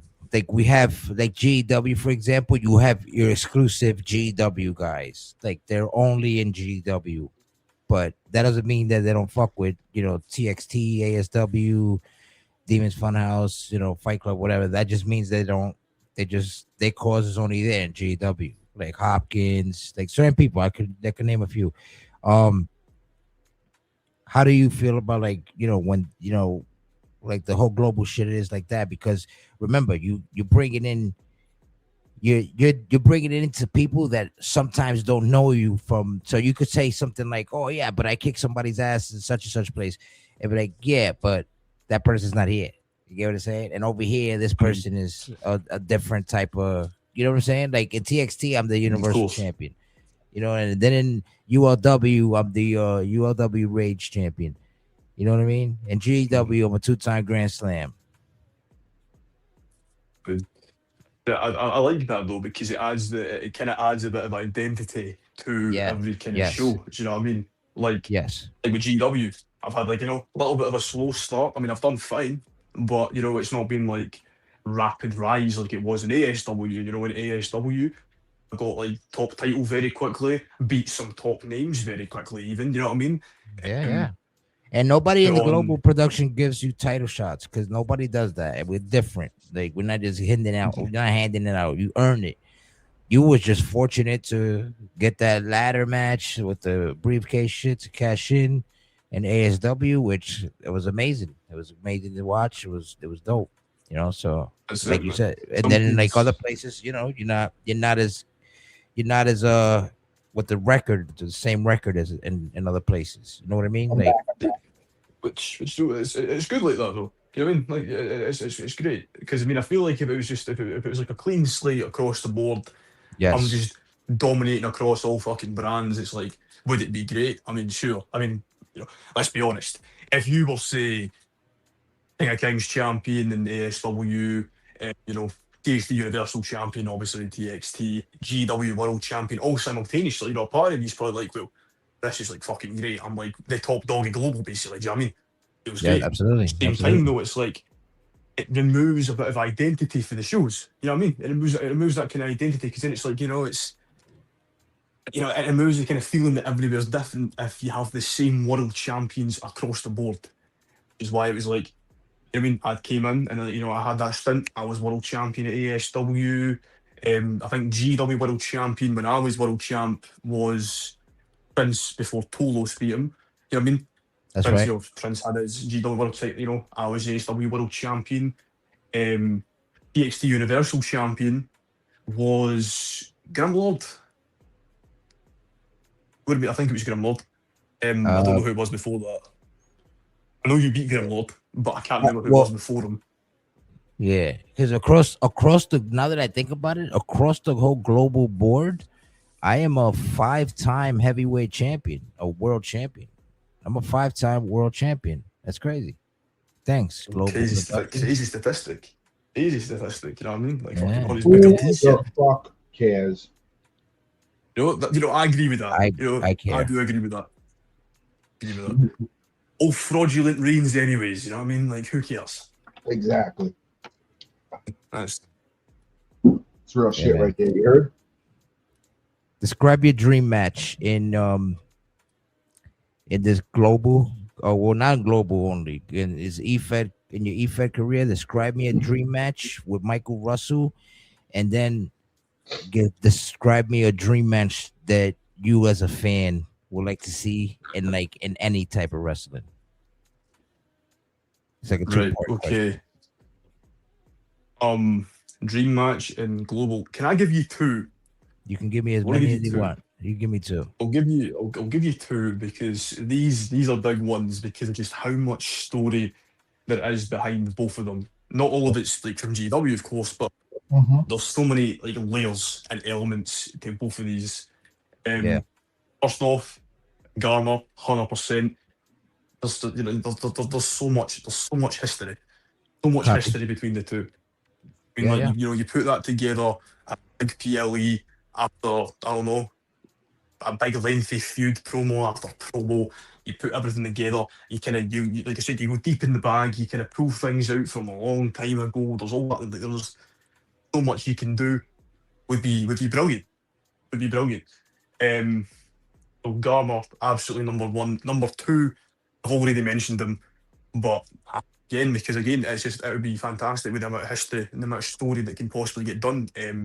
J Prince, because Prince, let's go. nobody knows this, Prototype, right? But bitch. it's fucking prototype, man. Nobody knows this, but I'll paint a very not like a. I'll try and detail as much as I can, but the connection of Mike / Liam and Prince is such an interesting one because of the dynamic shift between the two, right? Absolutely. Before the end of the show, right, it was about 2K24 before the game went on to 2K25, and then it had like a whole stint of Back in the Past, which is where the entire thing ultimately culminated, right? Yeah. Just because, well, you know, it quit. I always say the best season we ever had was 2K23. Garland, I think, 24, owns that 24 opinion as well. Agree. 23 for sure. 23 and Garland 24, definitely yeah. owns that 23 opinion for NAW. Well, for NAW, 2K24 had shit popping, right? It was obviously I went from like the very kind of shitty stint, but eventually I went from kind of shitty stint but big name because I'm doing all these promos. Sometimes, you know, the shit that you're seeing, sometimes it was 1, sometimes it was 2, sometimes it was 3 weekly. And I was still, you know, I was doing all that while losing. But, you know, that's because just for the love of the game, do you know what I mean? But anyways, near the back end of 24 is when, I don't know if it was his debut, if it's his first time he was ever made, but that's when J Prince was introduced, right? Okay. J Prince was introduced roughly the back end of 2K24. He came onto the scene, you know, like cruiserweight. You know, he'd had good wins. You know, there was like a couple of like things that got done, like house shows, right? Me and Right. him ended up facing each other on like a couple of house shows. Great matches. I think if I can remember correctly, I think like I won both of them, which that's not like relevant to the kind of thing, but just like a sort of Big W's, man. Big but W's. you had to throw it Big out dub- there. You But had it's to not throw it out. important. It's The not thing is, important, though, he said, but you know, I'm just gonna throw it that out adds there story anyway. though. Because it does add story to an extent, because eventually what happened was there was like a big story with you. You're obviously aware of Chris Jacob Evans. He's one of my guys, man. We were in a I love Jacob faction. Evans too, man. Fucking great guy, love him. But I want to I might we try were to in a meet him. faction. I might try to go meet him. He's out there in MA, Really? Massachusetts. Yeah, like 30 minutes from me.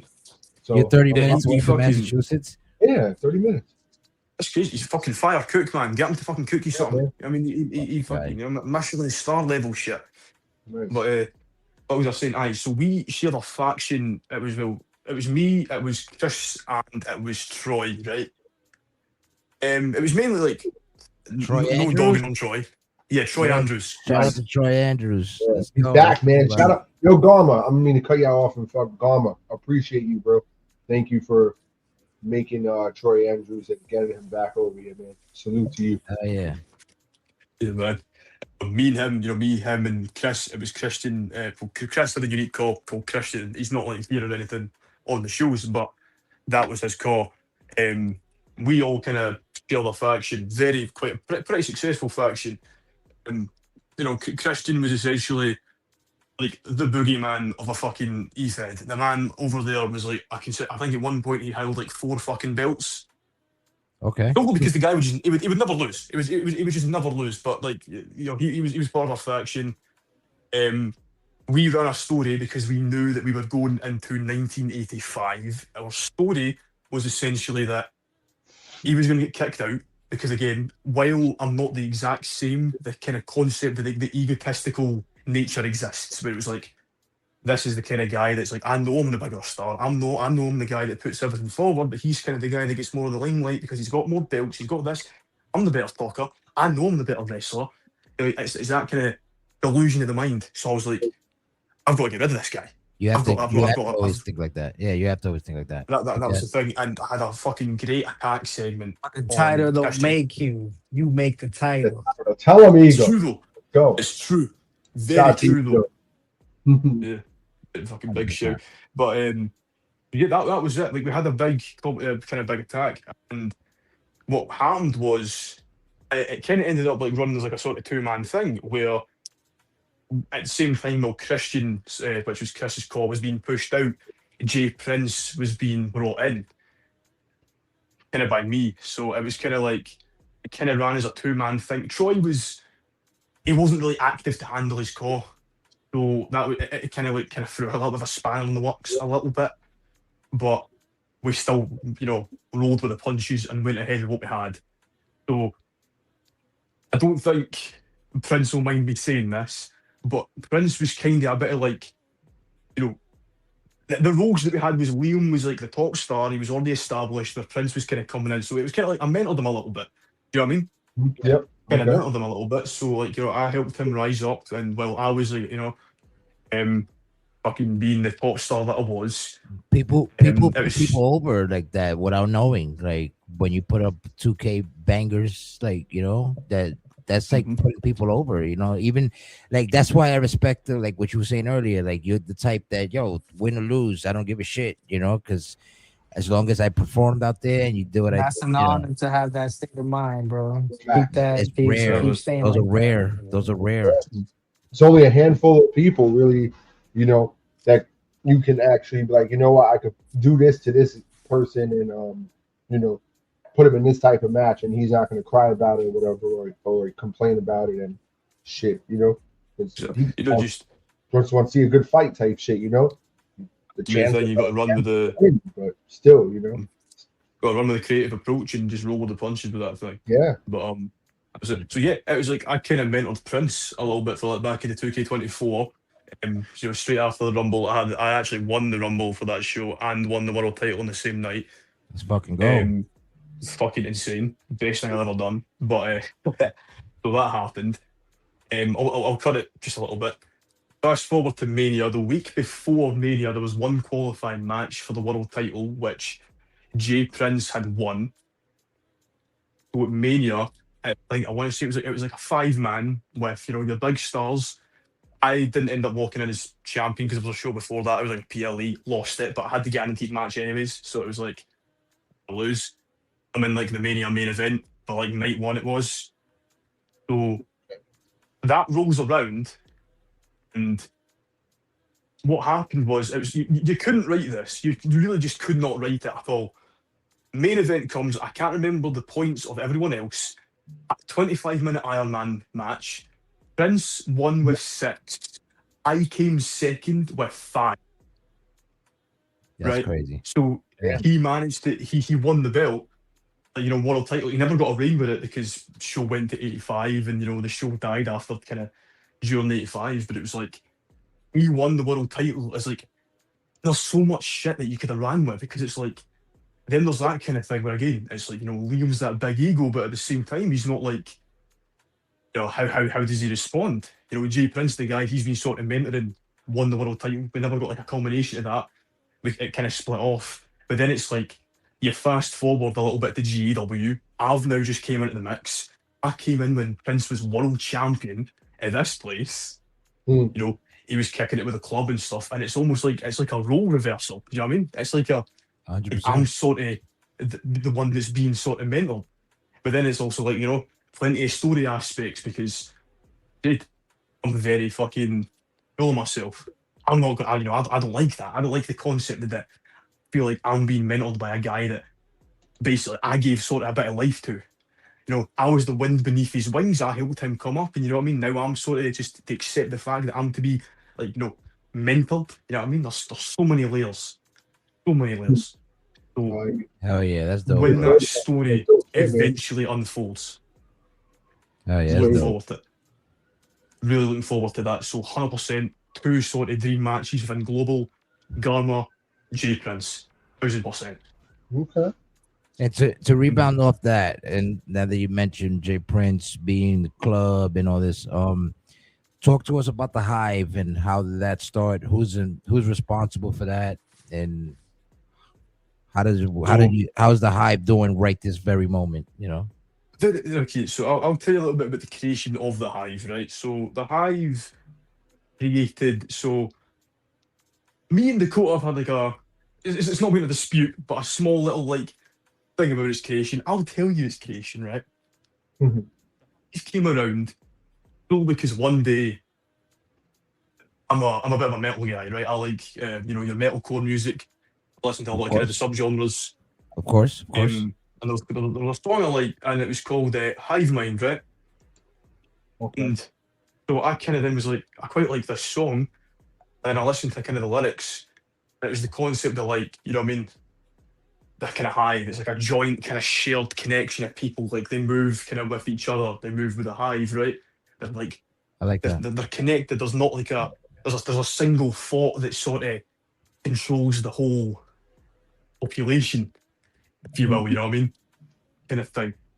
And then I thought to myself, I was like, I remember that before we ended up leaving, me, Chris, Dakota, and Prince slash Ramon, we kind of all left together, and they kind of, I think it was like they called us like sheep basically because Prince slash Ramon left first because of certain shit that completely killed my morale for the place. I was like, you know what I mean? You can't keep your shit in check. You've lost like one of the, my closest friends, and on top of that, one of your biggest contributors to the creativity and the quality of this show. And then he gets kicked aside, basically just, kicked into the dirt like it was nothing, scraped under the rug. And I was like, I don't want to do this. I want to go. So, yeah, I mean, Crazy. Dakota was in. Dakota left after him, so then it was like, well, you already know I'm checked out. After the next PLE I'd left, so kind of one by one, we all kind of just left. So I took the kind of concept of being called sheep, and I was like, I like this song. What if we called ourselves the Hive? It's a sort of inside joke of we've left that place, but we're the Hive because it's like a bit of a fuck you. It's like a you want to call us, you want to call us sheep. Well, we'll be the Hive, right? Because we all share the same kind of goals, the same sort of thoughts, if that's how you want to perceive us. And we'll go and, you know what I mean, just cook up amazing shit over here, Yeah, GW and across global. And that's what we'll do. So that's where the Hive sort of came from. It was a bit of an inside joke between all of us. gotcha. An inside joke between all of us. So But that's, yeah, that's the Yeah, yeah. creation. So I have a question. Yeah, you're saying, Mr. Ramon was doing stuff over there and people were helping out. Did you guys ever get like your thank yous, your flowers, the recognition that you guys deserve? Because you know me, man, I'm big on giving everybody the appreciation for what they do, whether Right. arena tires. For me, y'all do Mm. everything. My job's easy. I just got to talk shit and give you the play by play. Y'all do the hard work, you know. So did y'all ever get like that, man, a thank you or anything for, making that show what it was? Because it sounds like you guys made the show what it was. To put it bluntly, right, this is just, it's the truth, you know what I mean? Not to be big headed. We did make it what it was, truthfully. Yeah. Me, From Prince Ramon, like, from what you've said, not to cut you off again, but like Miss mhm, Ramon said, from when Garma was up here talking and then talking from with John as well and listening to him, and it's just like, damn, man, you guys, carried that. It was a float, boom, it was y'all wave. This is what you guys were doing to make that show, all eyes on it. This show is being watched because this person's doing this person's doing that, and you know, but hey, to watch our show, even though it's got all this amazing promo work and video and music, you have to use points to be able to fight. You know? it was horrible. Like, we made that show hot shit, man. We really I, Yeah. I fucking and did. I Like, we believe that. we I 100% believe that. we did so much fucking shit from my work, from what I did on, like, even the 1985 show. Create something completely unique. Prince slash Ramon, Garma, they'll all tell you the amount of fucking shit I did for that to make that. I dead in the water idea since the beginning, by the way, because why the fuck are you trying to go in 1985 for a whole inspo show? It's unique. But also, Mhm. imagine trying to rake in somebody new and tell them, sorry, you can't use your character because this is the direction that we're approaching for. You're going to have to change it. It was like, Mm. why? It's such an anti growth sort of Yeah, approach to that's things. weird. That's really weird. Yeah, that's Well, Weird. crazy. That's very again, weird. unique idea, but it was Yeah. just such a poorly executed with what it was. But in regards to how we made that show, I gave you a bit of a long-winded answer. I'll try not to ramble on too much. when it came to the quality of that show, because I have a lot to say about this, Mhm. we done so much fucking work for in terms of promos. Like I told you, sometimes it was 1, 2, 3 promos over like you know what I mean, weekly. This like Mhm. not just like, once every while, Yeah. weekly. I went on like a streak where I think I made promos for 3 months straight. Every Damn. show, it's at least one. Sometimes, like I say, sometimes two, sometimes Mhm. three, and that was in the midst of my losing streak. Damn. That's how much work I was doing for that. For the feuds, the feuds. I'm gonna be Motherfucker honest. said, "Hey, make me this promo," but you're not getting any type of recognition, and you're not fighting unless you cash in some points. You heard? It was fucking That's bro. terrible. Picture, That's terrible. imagine, That whole imagine trying to shit start, right there man. is terrible. Yeah. It was bad. It was like imagine trying to start a feud with somebody, right? Picture this. I make my promos in a specific style. Picture, we'll use you DVD, right? Yeah. Say the promo is I'm going to have a stand in the ring. We're going to have a bit of a promo battle, and I'll say to you, I'll go, okay. What I'm going to do is I want you to maybe start it off. Call me out, say a little bit of a piece, ask me to come down to the ring. I'll record myself coming down. I'll stand in the ring, and I'll let you see your bit. Hmm. Now, the Yeah. show was Thursday. The cut-off is Wednesday night. I would receive these lines Tuesday night going into Wednesday morning. Damn. Right? Like you didn't even have time To break it like, down, to yeah, try to You think. have edit, nothing, no time to break, no time. And then, and it was like, I've not even started recording because I don't like to record certain aspects of what I've got. It's like, okay, let's say I record about 2 minutes of footage, but the lines are 3 minutes and 30 seconds. Hmm. I then have to go back onto the game, Yeah. record more of the footage, try and get the positionings right, which is difficult as is sometimes because I can tell you that from the No, I most know. recent promo I made. Oh, I know. We know about Yeah, that because trust me, it's like, Mm. yeah, man. So talking like speaking about that before you finish, you think you ever gonna go Mhm. back to just typing promos, or you gonna continue to just keep dropping bombs like the way you do, or like I'll video dabble in and both. stuff? I like to dabble in both because the video format is how I've been adjusted. You know what I mean? Like I feel like when the whole hyping and the Discord stuff, it's great. It's wonderful. You know what I mean? I think I've dabbled in it like twice because it's nice to kind of put your thoughts out Yeah. there and into kind of space while you have them fresh. But when it comes to me, I love like just the fucking recording the video, recording me standing in the ring, walking about a I bit, love that recording shit a too. scene. Not just like from you, but just from anybody like that. That shit, like it's cool. Like you could be, oh, we're back. We'll be right back. We got to add, and then all of a sudden we're back, and oh shit, someone's coming to the ring type shit. So, It's a Yeah. realistic feel. promo shit. It's That's like you're watching like a genuine fucking product. You know what I yes, mean? Like they've got these exactly. people Yes. coming down, actually having segments like just in between the matches. It genuinely feels like you're actually watching like a proper like live show. It's great. You know what I mean? Like I would big shout out to Prince/Ramon again because I would never have probably gotten into the promos like I have if it wasn't for them. Do you know what I mean? No chance. Yeah, I it's a put different my world, passion. man. It's a different world. It really is. But it really It really brings is. out, like you said, it brings out the product. It brings out you sell the fight or whatever you got going on, or you open new doors for something as well. So many ways you can go with that when you have that type of promo that's being The, introduced from whoever it is. Not just you, but anyone who gets in that ring and boom.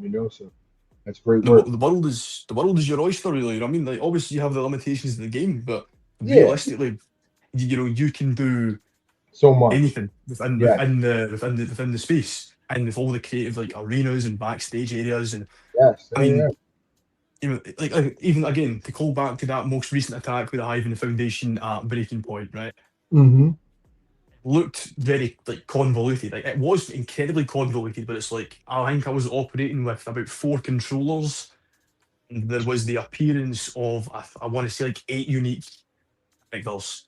Because it was me, Garma, Psycho Fly guy, 3, Fly Guy 4, Mad King King, 5, Evans Jacob, 6, yep, and and then Yeah. Miguel and Johnny. So like Yeah, 8 yeah. unique folks that are being Crazy. incorporated into this promo, and it was to try and nail down the fluidity. Like you probably wouldn't realize like the reason I do this, but like for example, I would toss like at some point someone out the ring and they'd be Yeah. at the side, and then I'd write it off as like, oh, they're just like incapacitated, so it gives space for the new folks to Spaced come in. out. But it, Yeah, like, nah. I know it. I know it's not easy, bro. Trust me, and that's why I always thank you all, man. For and I told Miss Ramon too, because there'll be times that I'll be like, "Yo, get me a promo, do Miss something," Ramon. and she was like, "I'm always gonna call her Miss Ramon. Chillax, man." I know. Yeah.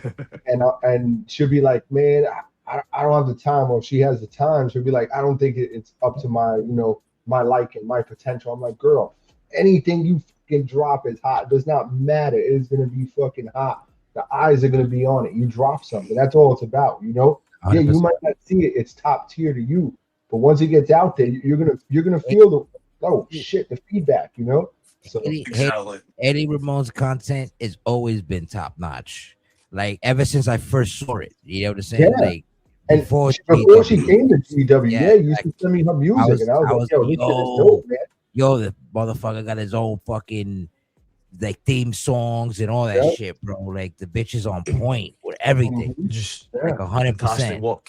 You feel me? Great Nah, work. 100%. I was like, yo, this is Always say that. You know, like, I was like, yo, we need this for the female division that we have, and that shit sparked the like, bro. It's just the popularity that already had, that the Haley Ramon already came with. It was just mind blowing, and then the content that she has, bro, is crazy. yeah, man. It's great work. And that's what I say all the time. And we got so many people here, like just at GW, but the whole global shit and the people we fuck with, like with their creative mind. It's people like you guys that do creative shit like that stand out so much, that make the shit fun for us. You get what I'm saying?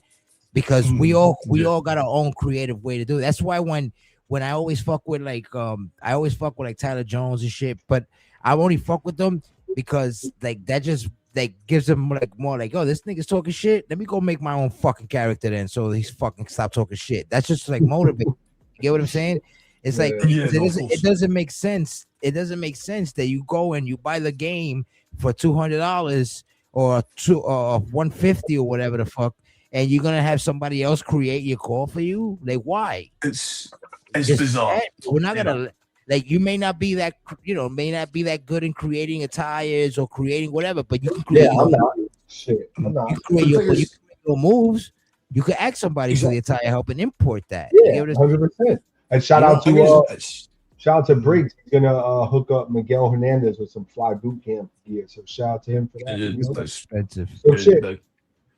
No, it's like when it comes to folks though, like making their character, it's like, you know, at the end of the day, you don't have to be like fucking.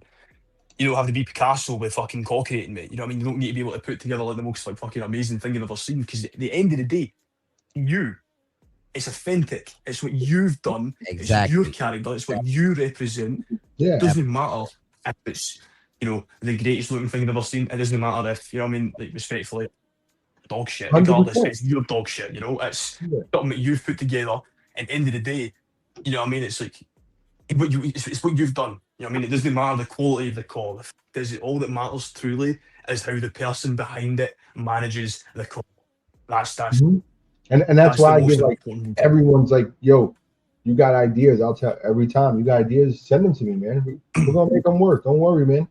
Shit, you know, I'll do my little things here and there, but if there's a feud going on, you're gonna see some backstage attacks, maybe some 2-on-1 shit just to build that promos, all that, just so we could sell the fight, you know.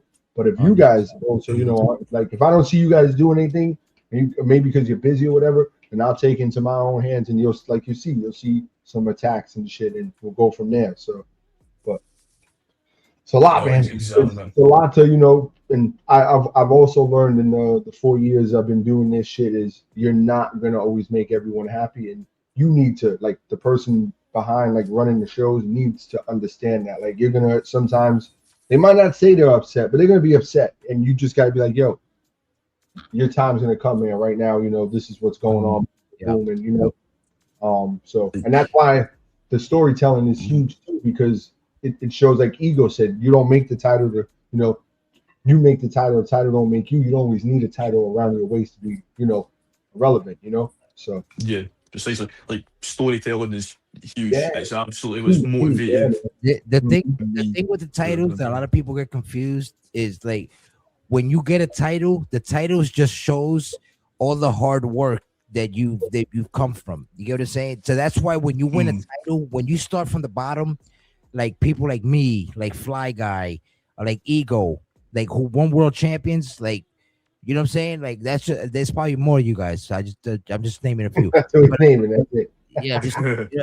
And like, but right, like these people came from like the bottom, bro. Like they wasn't handed title shots. You get what I'm Yeah, I don't saying? do that. I'm not doing So that shit. when they climb it up and you actually win the world title for the first time, bro, you feel like on some like I'm the fucking man. You know what I'm saying? Because It it makes feels oh you know what I mean? Like if it's a better excitement more than I'm talking shit to this guy and he's a world champion, I kicked his ass type shit. You get what I'm saying? Like it sets up a story. It makes the story better, you know. Kind So of solidifies you. it's Yeah, a little it bit. yeah. does. It does. Everything you've done. Yeah, man. Ask these guys right here in the studio. Like when I won my first world title, and I was going for it for like almost 2 years, bro. Like a year and a half, 2 years. I was going for it. I was falling short. I swear to God. But when I first won it, how was that? Even A Dot when he was commentating it, then he got Yeah. banged on his table and he stood up. He dropped his headphones and everything. He's like, "Oh my You God!" gotta sell You it, know bro. what I'm You saying? finally Like, did it, man. he made that shit so more like goosebumpish for me, bro. Like I felt the chills. I was like, let's For all go. of us, man. Like Everything that you they, go through, there's a they win story. the championships. Like, yeah, man. Like that type of shit, man. I was like, oh my God, let's go. So I always feel like if you earn it on some shit like that, and if you earn like It's that's well what we deserved, mean. man. It's well Yeah. deserved. So Mm. that's why you don't Does. you don't make the title doesn't make you. You make the title because Right you there. got there. You got there. You did that. You know what I'm saying? So that's why it's always. It's not. It's like it's cool to be world champion. Like some people, some companies. I don't know who does that, but like people outside of global and shit, when they do shit like that, like they give you title shots off like your Off rip. popularity, Hey, off come rip, come you know sign what I'm over saying? here. I'll give you a title shot day one. Right. Like that doesn't work like that, bro. I don't even want that. Like me as Yeah, a that competitor, sounds I don't stupid. want that. I want your best guy. Give me your best guy. I'll fight him non-title, but like give me your best guys. So like your number one contenders or your contenders. Like the guy under Not the just the guys regular under guy, the guys is. there, The the guys, guys are the guys Hundred guys. percent. You know what I'm saying? He said, I 100%. don't see no real guys in I don't know, man. Yeah, It's just yeah. wild. And then like people like is another thing too. Like you could anyone who says like they're not running stories and shit. I mean, it's so easy. Anybody. here. You go get my beer. Hold on. What do you call it? Against anybody. You can make any match types. You know that's not You hard. can make anything. Fight Club shit. Like I mean, John Wiggy does it, but he does it different because he has, he'll have the fucking people all over. You got the Power Rangers, the Turtles. So his shit stands out a little different too. He doesn't do the story based shit, but he has reasoning behind what he's doing. But there's other people who run Efeds who just watch their chat and be like, "Oh, this guy's talking shit to this guy." You know what? Here we go. We got to fight today. And of course, you're gonna have all eyes on it because they were just talking shit in the motherfucking chat. You're going back and forth. So let's put that together. And then, but what do you got after that? What are you doing with what you just put together today going forward? That's where Exactly. the mind comes into play. If you're gonna do something like that, cool, but make it make sense. Make that story pop. Let not just be a one and done. Because then what do you got? Or you're gonna have the same shit. I'm gonna go live today. Here we go. We in the chat. Boom, such and such going at it again. Guess what? You guys fight again. Speaking on that, my bad to cut you off. Speaking on that, right? That was the end of it. Of what he was saying, like, how do you feel, Mike, about like how a real storyline should go and end? Like, like a best out of three kind of matches kind of thing, or one and done, like he said, type, or like, what do you think? Because he doesn't do it one and done. I'm just saying, like, but sometimes the story's over. Sometimes it'll be one and done. Sometimes it'll be one and done. Right. It's a door open for that shit too. So It really depends on the story. It highly depends on the kind of the people involved in the story. if it's if it's something fresh, like a little one and done, you know what I mean? A little one and done that you can revisit down the line after a little bit of like a bit of a break period, go off, do your own thing, and then revisit it. I mean, it works fine. Like technically, if you think about it, that's kind of what I'm doing now in the boot camp. Me and Miguel, we had our feud. I won that, one and done, and then we've sort of almost circled back. Lieutenant Yeah. You know what I Sucker, mean? Sergeant Dipshit. Lieutenant Sucker, hashtag the bum, Miguel. You know what I mean? Like we've sort of came full circle in that sense, where it's like now we're kind of almost feuding with them. Like again, we split off, done our own thing. Hey, The Hive Katie, had a what's little up, crazy? Shout out the Katie, Hive had too. their own mini thing with it, the foundation. And now, now it's like now I'm back with like fucking Miguel. But it's good that though. It's good that way. For continuity reasons, just everything. Like we already have that story because it sounds like it's such like it's a weird explanation. But it's like to create story initially, it then leads to the opportunity for more story like down the line. Like, it opens shit tons of like doors. Yeah, 100%. Opens tons of doors, and it's even like like story can be as simple as like even like one GW stream. I think the main event was like Sergeant General and Mad King. I was talking about his shit about General. He'd always like, nah, you don't want General. You're not ready for General.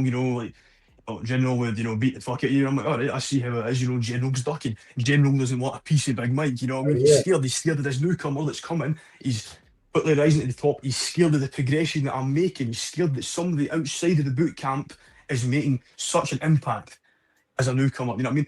There's a little bit of like shit talk like that, and then here we are. You know what I mean? Nearly with that feud, and that's coming soon. But it's like everything circles back, on itself. It's great that way. If you're going to do like a big feud, like a big 3 month, or 2 months, depending on like how things transpire, obviously you need like a big chunk of like story. You need, I think, you definitely need something like already pre-existing. I feel like you could go for months, but to me it's like if we came in right, if I just came in as a newbie and I feuded with Miguel Hernandez, just Miguel, right, for 3 months. Yeah, it's just Miguel. Yeah, just remember, it's just Miguel, no Hernandez. But you know what I'm saying? No, it's like no boot camp, no affiliations. It's just me and Miguel going at it for 3 months. There was no sure there was a foundation and a basis in which it started, but it's also like there was no like previous sustenance behind it before. That's not something that calls for like a big 3 month. You know what I mean? A little 1 month. Yep. You want to revisit it down the line? Sure. Yeah. No something that needs that kind of full attention.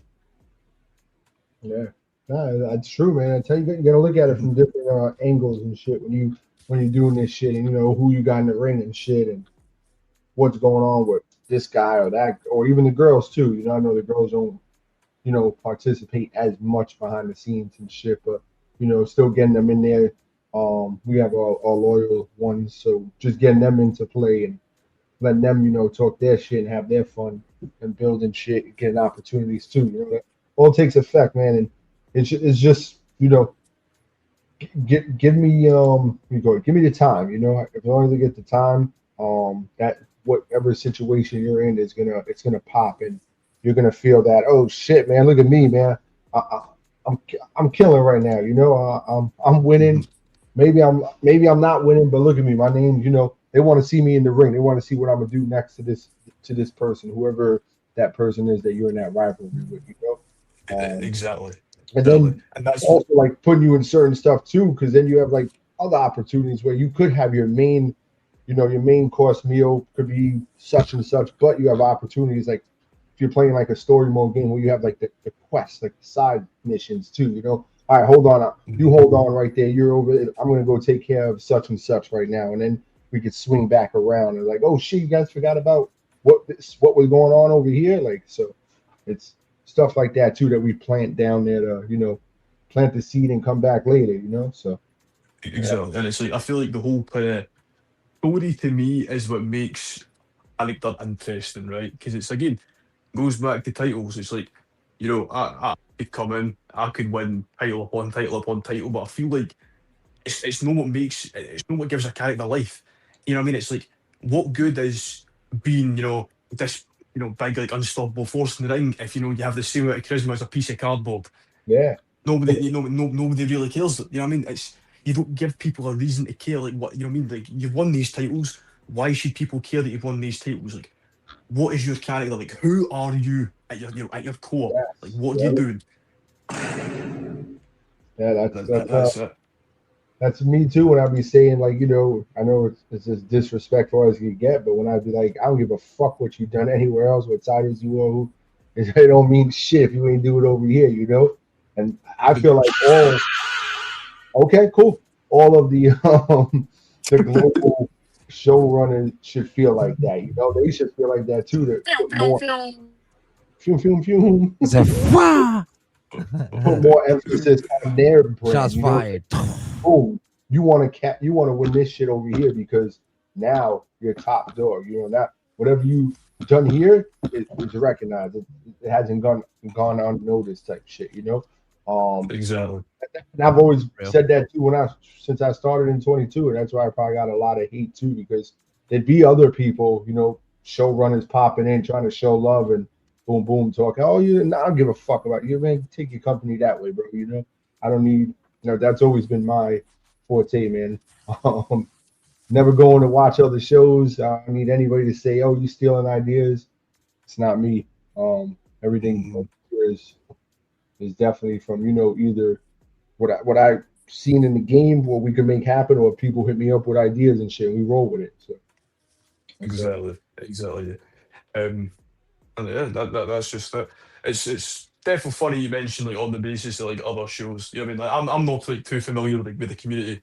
You know what I mean? I think the biggest experiences that I've had in the community was NEW and then global. You know what I mean? I think I'm like my very first kind of promo I referenced being like in gym because it's kind of what I was. You know what I mean? Like nobody knows me. I'm unknown, which Yep. is not a bad thing. You know what I mean? It's a great thing. I don't understand like too much other places around like the community, but Yeah. you know what I mean? It's good. Like you know what I mean? You don't want these like other places like kind of leeching. Like at all, like these other places just leeching and kind of just sucking everybody dry of all their ideas and all their creativity. But you know what I Yeah. mean? I've seen like both sides of that spectrum where it's like, what I mean? I've seen even the previous, again, go back to the previous show or like NAW, he hated everybody. Yeah. To be honest with you. He just if it wasn't NAW, he hated it. On the surface, he was very two-faced, right? On the surface, it was like, oh, I don't care that much. It's no big deal. Privately though, it's like this guy is he's come over to like Leach. I mean, he hated kind of just everyone. It's like, he's got like the commentators turned on over there. I don't like this. How this guy runs. How do people watch this? Nah, see, I don't do that shit. That's not about me. I just don't. I don't have the time to go watch other people's shit if it ain't global. I just don't honestly care like what they're doing over there. I don't feel like there's no disrespect again. I just don't feel like whatever anyone else is doing, they don't match what we have here and what we could do. That's just how I see it. It's completely fair because you could take it how they want. Like, oh, why don't this man?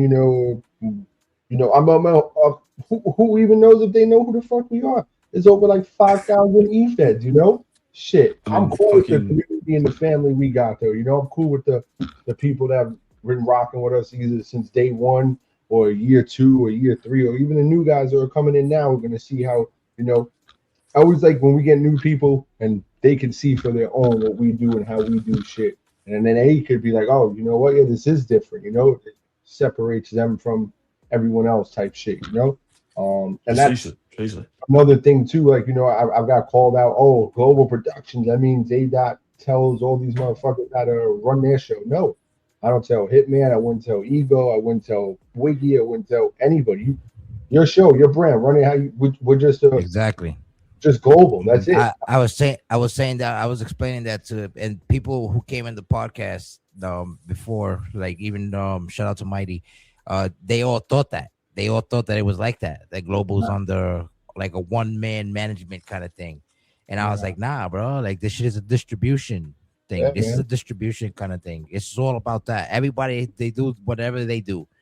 You know what I'm I just saying? pop up Which into was their shows and talk shit to get I it. You know, basically pop I'm basically more. doing the promoting for them. Like I do the distribution promoting where you're gonna see me post this shit everywhere. The same way I will post the Yeah, you see GW that? shows, Yeah, same way I will post ASW, TXT, you know, all of us. whoever ULW, streams. Yeah, HPCW. we just. I put it is, man. It's their brand. They run it how they want it, man. It's not gonna. You don't have to knock on my fucking door. Or We hit got me up no and we have fuck no that. input in whatever you guys run. You guys run your shit however you run it. The If you movement, man. Just great, real people understand it's a the, game. and the only reason we really do this shit with the certain people that we have is because these people are solid people. You get what I'm saying? Like these ain't no like cornballs type shit where we like, yeah, nah. You know what I mean? Like I don't know Yeah, if nah, it makes. I don't want to like. You know what I mean? I know what A you that No, it mean. makes sense. Makes sense. A that knows what I'm basically because he's the one that you know. But yeah, man, it's all fun and games and shit. So Michael Russell, let me ask you. Can you describe your signature and your finishing moves and how did you come up with it? Right. So, okay, let's like so my current signature is What's it the called okay, what and is how it? you come up with it? I don't even have names for them, man. Honestly, I don't even have fucking names. I really kind of think of names. I want to call one Um, Experienced guy like yourself don't have a name for your finisher or signatures? It's getting called the model model drop. I know, it's fucking. I know. I need to think of something. I need to think of something. But I mean, it's. I think currently it's the main ones like the tombstone and tombstone. Now the model dropper. Yeah, you know, can do something. It sounds creative. You know, I take remember A that inspiration from used to. DVD. You know, Yeah. I remember put A inspiration that. from DVD. If I wasn't like I created my own wrestling name finishing move, but like A Dot used to like savagely just like back in the days he used to be like, if it was like a power driver, he'll be like the Tolos driver, the Yeah, man, I Tolos still do driver. that shit. Yeah. You got He it, still man. does it. He I calls still my do it. It's RKO not the ego cutter. Yeah, that's it. The I Ego call it the cutter. Midas touch, but he calls it the ego cutter. And then when I do the flipping plow driver or the the one I Mexican gotta get. destroyer, I Yeah, call it the That shit broken is crown. legend. crowd. But That's you what call I it always something fucked up. different. Yeah, I always. DVD calls it, oh, the Dominican destroyer. I'm like, yo, it's not even called that. Ah, We got it, man. That's how you got to do it, man. You got to ah. be creative, man.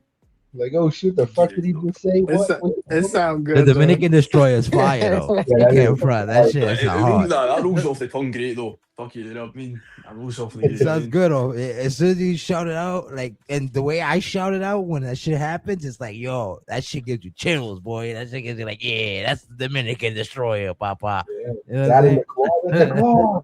The claw. The I love claw, the claw. That shit's fucking. That shit is That great. shit as well, fucking. He said, tossing Oh, them like a sack of potatoes. That's it. Shit is Shit. legend. Shit is legend. He said, oh, Love look it. at him eat the wood like the termites. Yep. That shit is Shit. legendary. it's just everything just rolls We gotta off think the of tongue some fucking names, seamlessly, man. All right, we'll think of some names, bro. Yeah, I'll need to think of some. You know what I mean? What do you think of some? Oh, you know, All like right, I so said, you know what I mean? where do you find the inspiration for them? Who Where do I who find the motivated inspiration? those moves?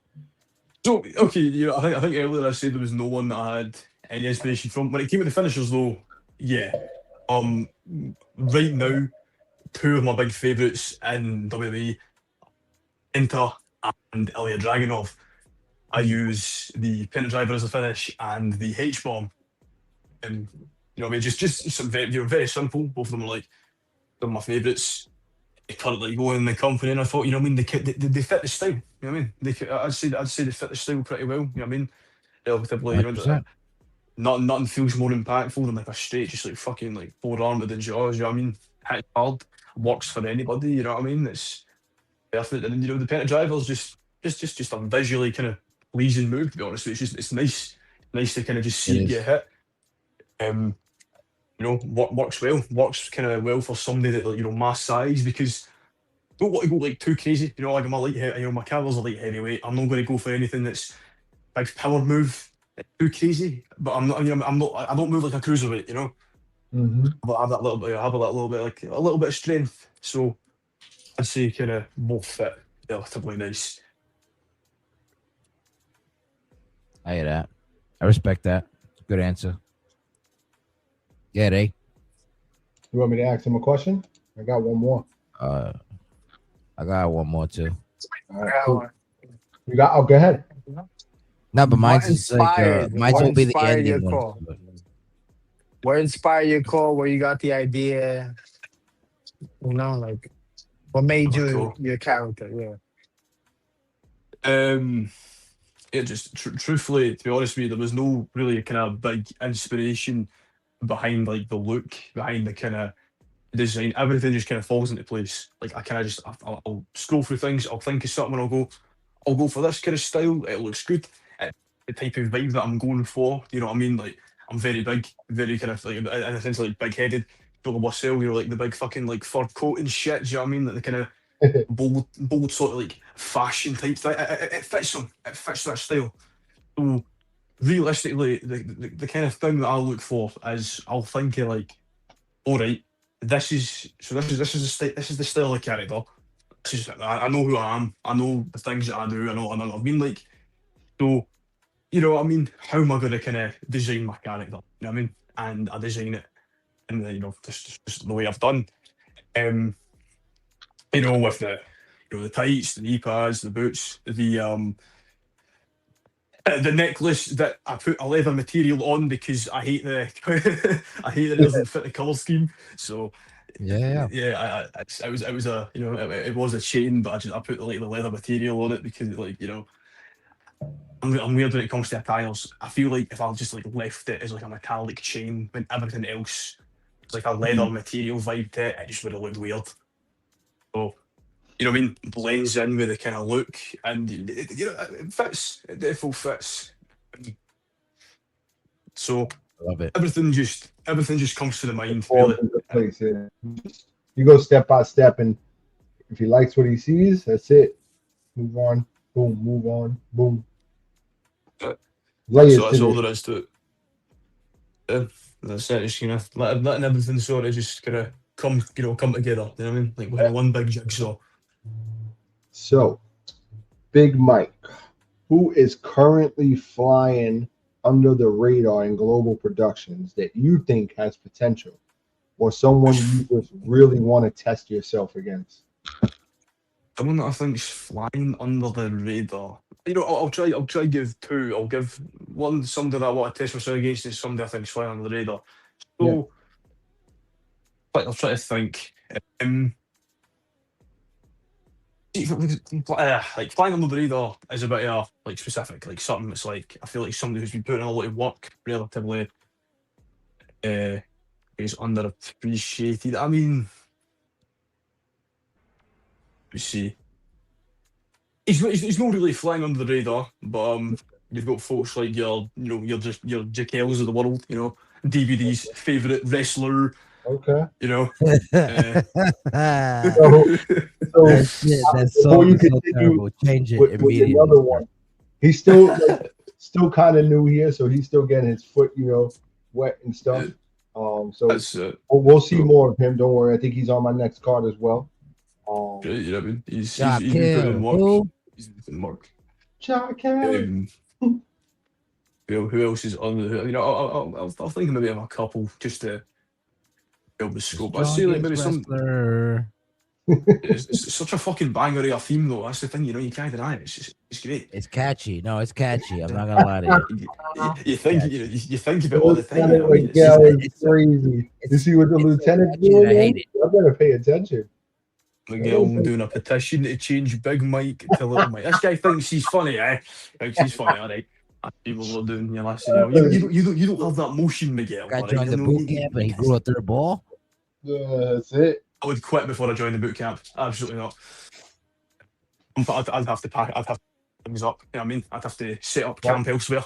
Yeah, actually might be a megastar, but anyway, continue. Who else? I'll be a mega star without the boot camp, so just give me a few months. But Yeah, what was I saying? I think somebody else, who else is kind of flat On for good the one. first signature. Ah, he showed Yeah, it to of course, John would be. Yeah, fucking John. Right, who me. else? I keep trying to. He's not really underappreciated. He's very appreciated by the masses, but he's one of my favourites right now. One of Tyson Storm's creations, Oh, Lawrence. Lawrence. He's the Bold Lawrence School is. champion right now. That's what I mean. It's not really I underappreciated, but know. you know what I mean. I feel like he's gathering Yeah. that appreciation. He's got the title. He has the just natural charisma, so he's gaining the appreciation. All I'd say generally, I guess you could say underappreciated, and that's it. Who else is underappreciated? You know who else I'll say is underappreciated? You know what I mean? Hitman, I like this answer. Chico. Chico is underappreciated. Great wrestler. Puts on bangers, Yo, Ego. Hold on. I don't know if Ego saw it. Did you see the VOD, Ego? No, I did not. What happened? You need to go watch Nacho and Chico go at it, bro. Check it out. Check it out. Banger. Banger. Match of the What's night. the bangers? Woo! Match of the Bangers night. always. Always bangers, man. That's the thing. That was a fucking fight.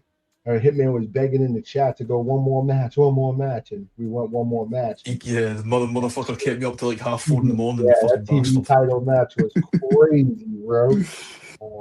You don't have a female core that you created that's under you, right? Nothing like that.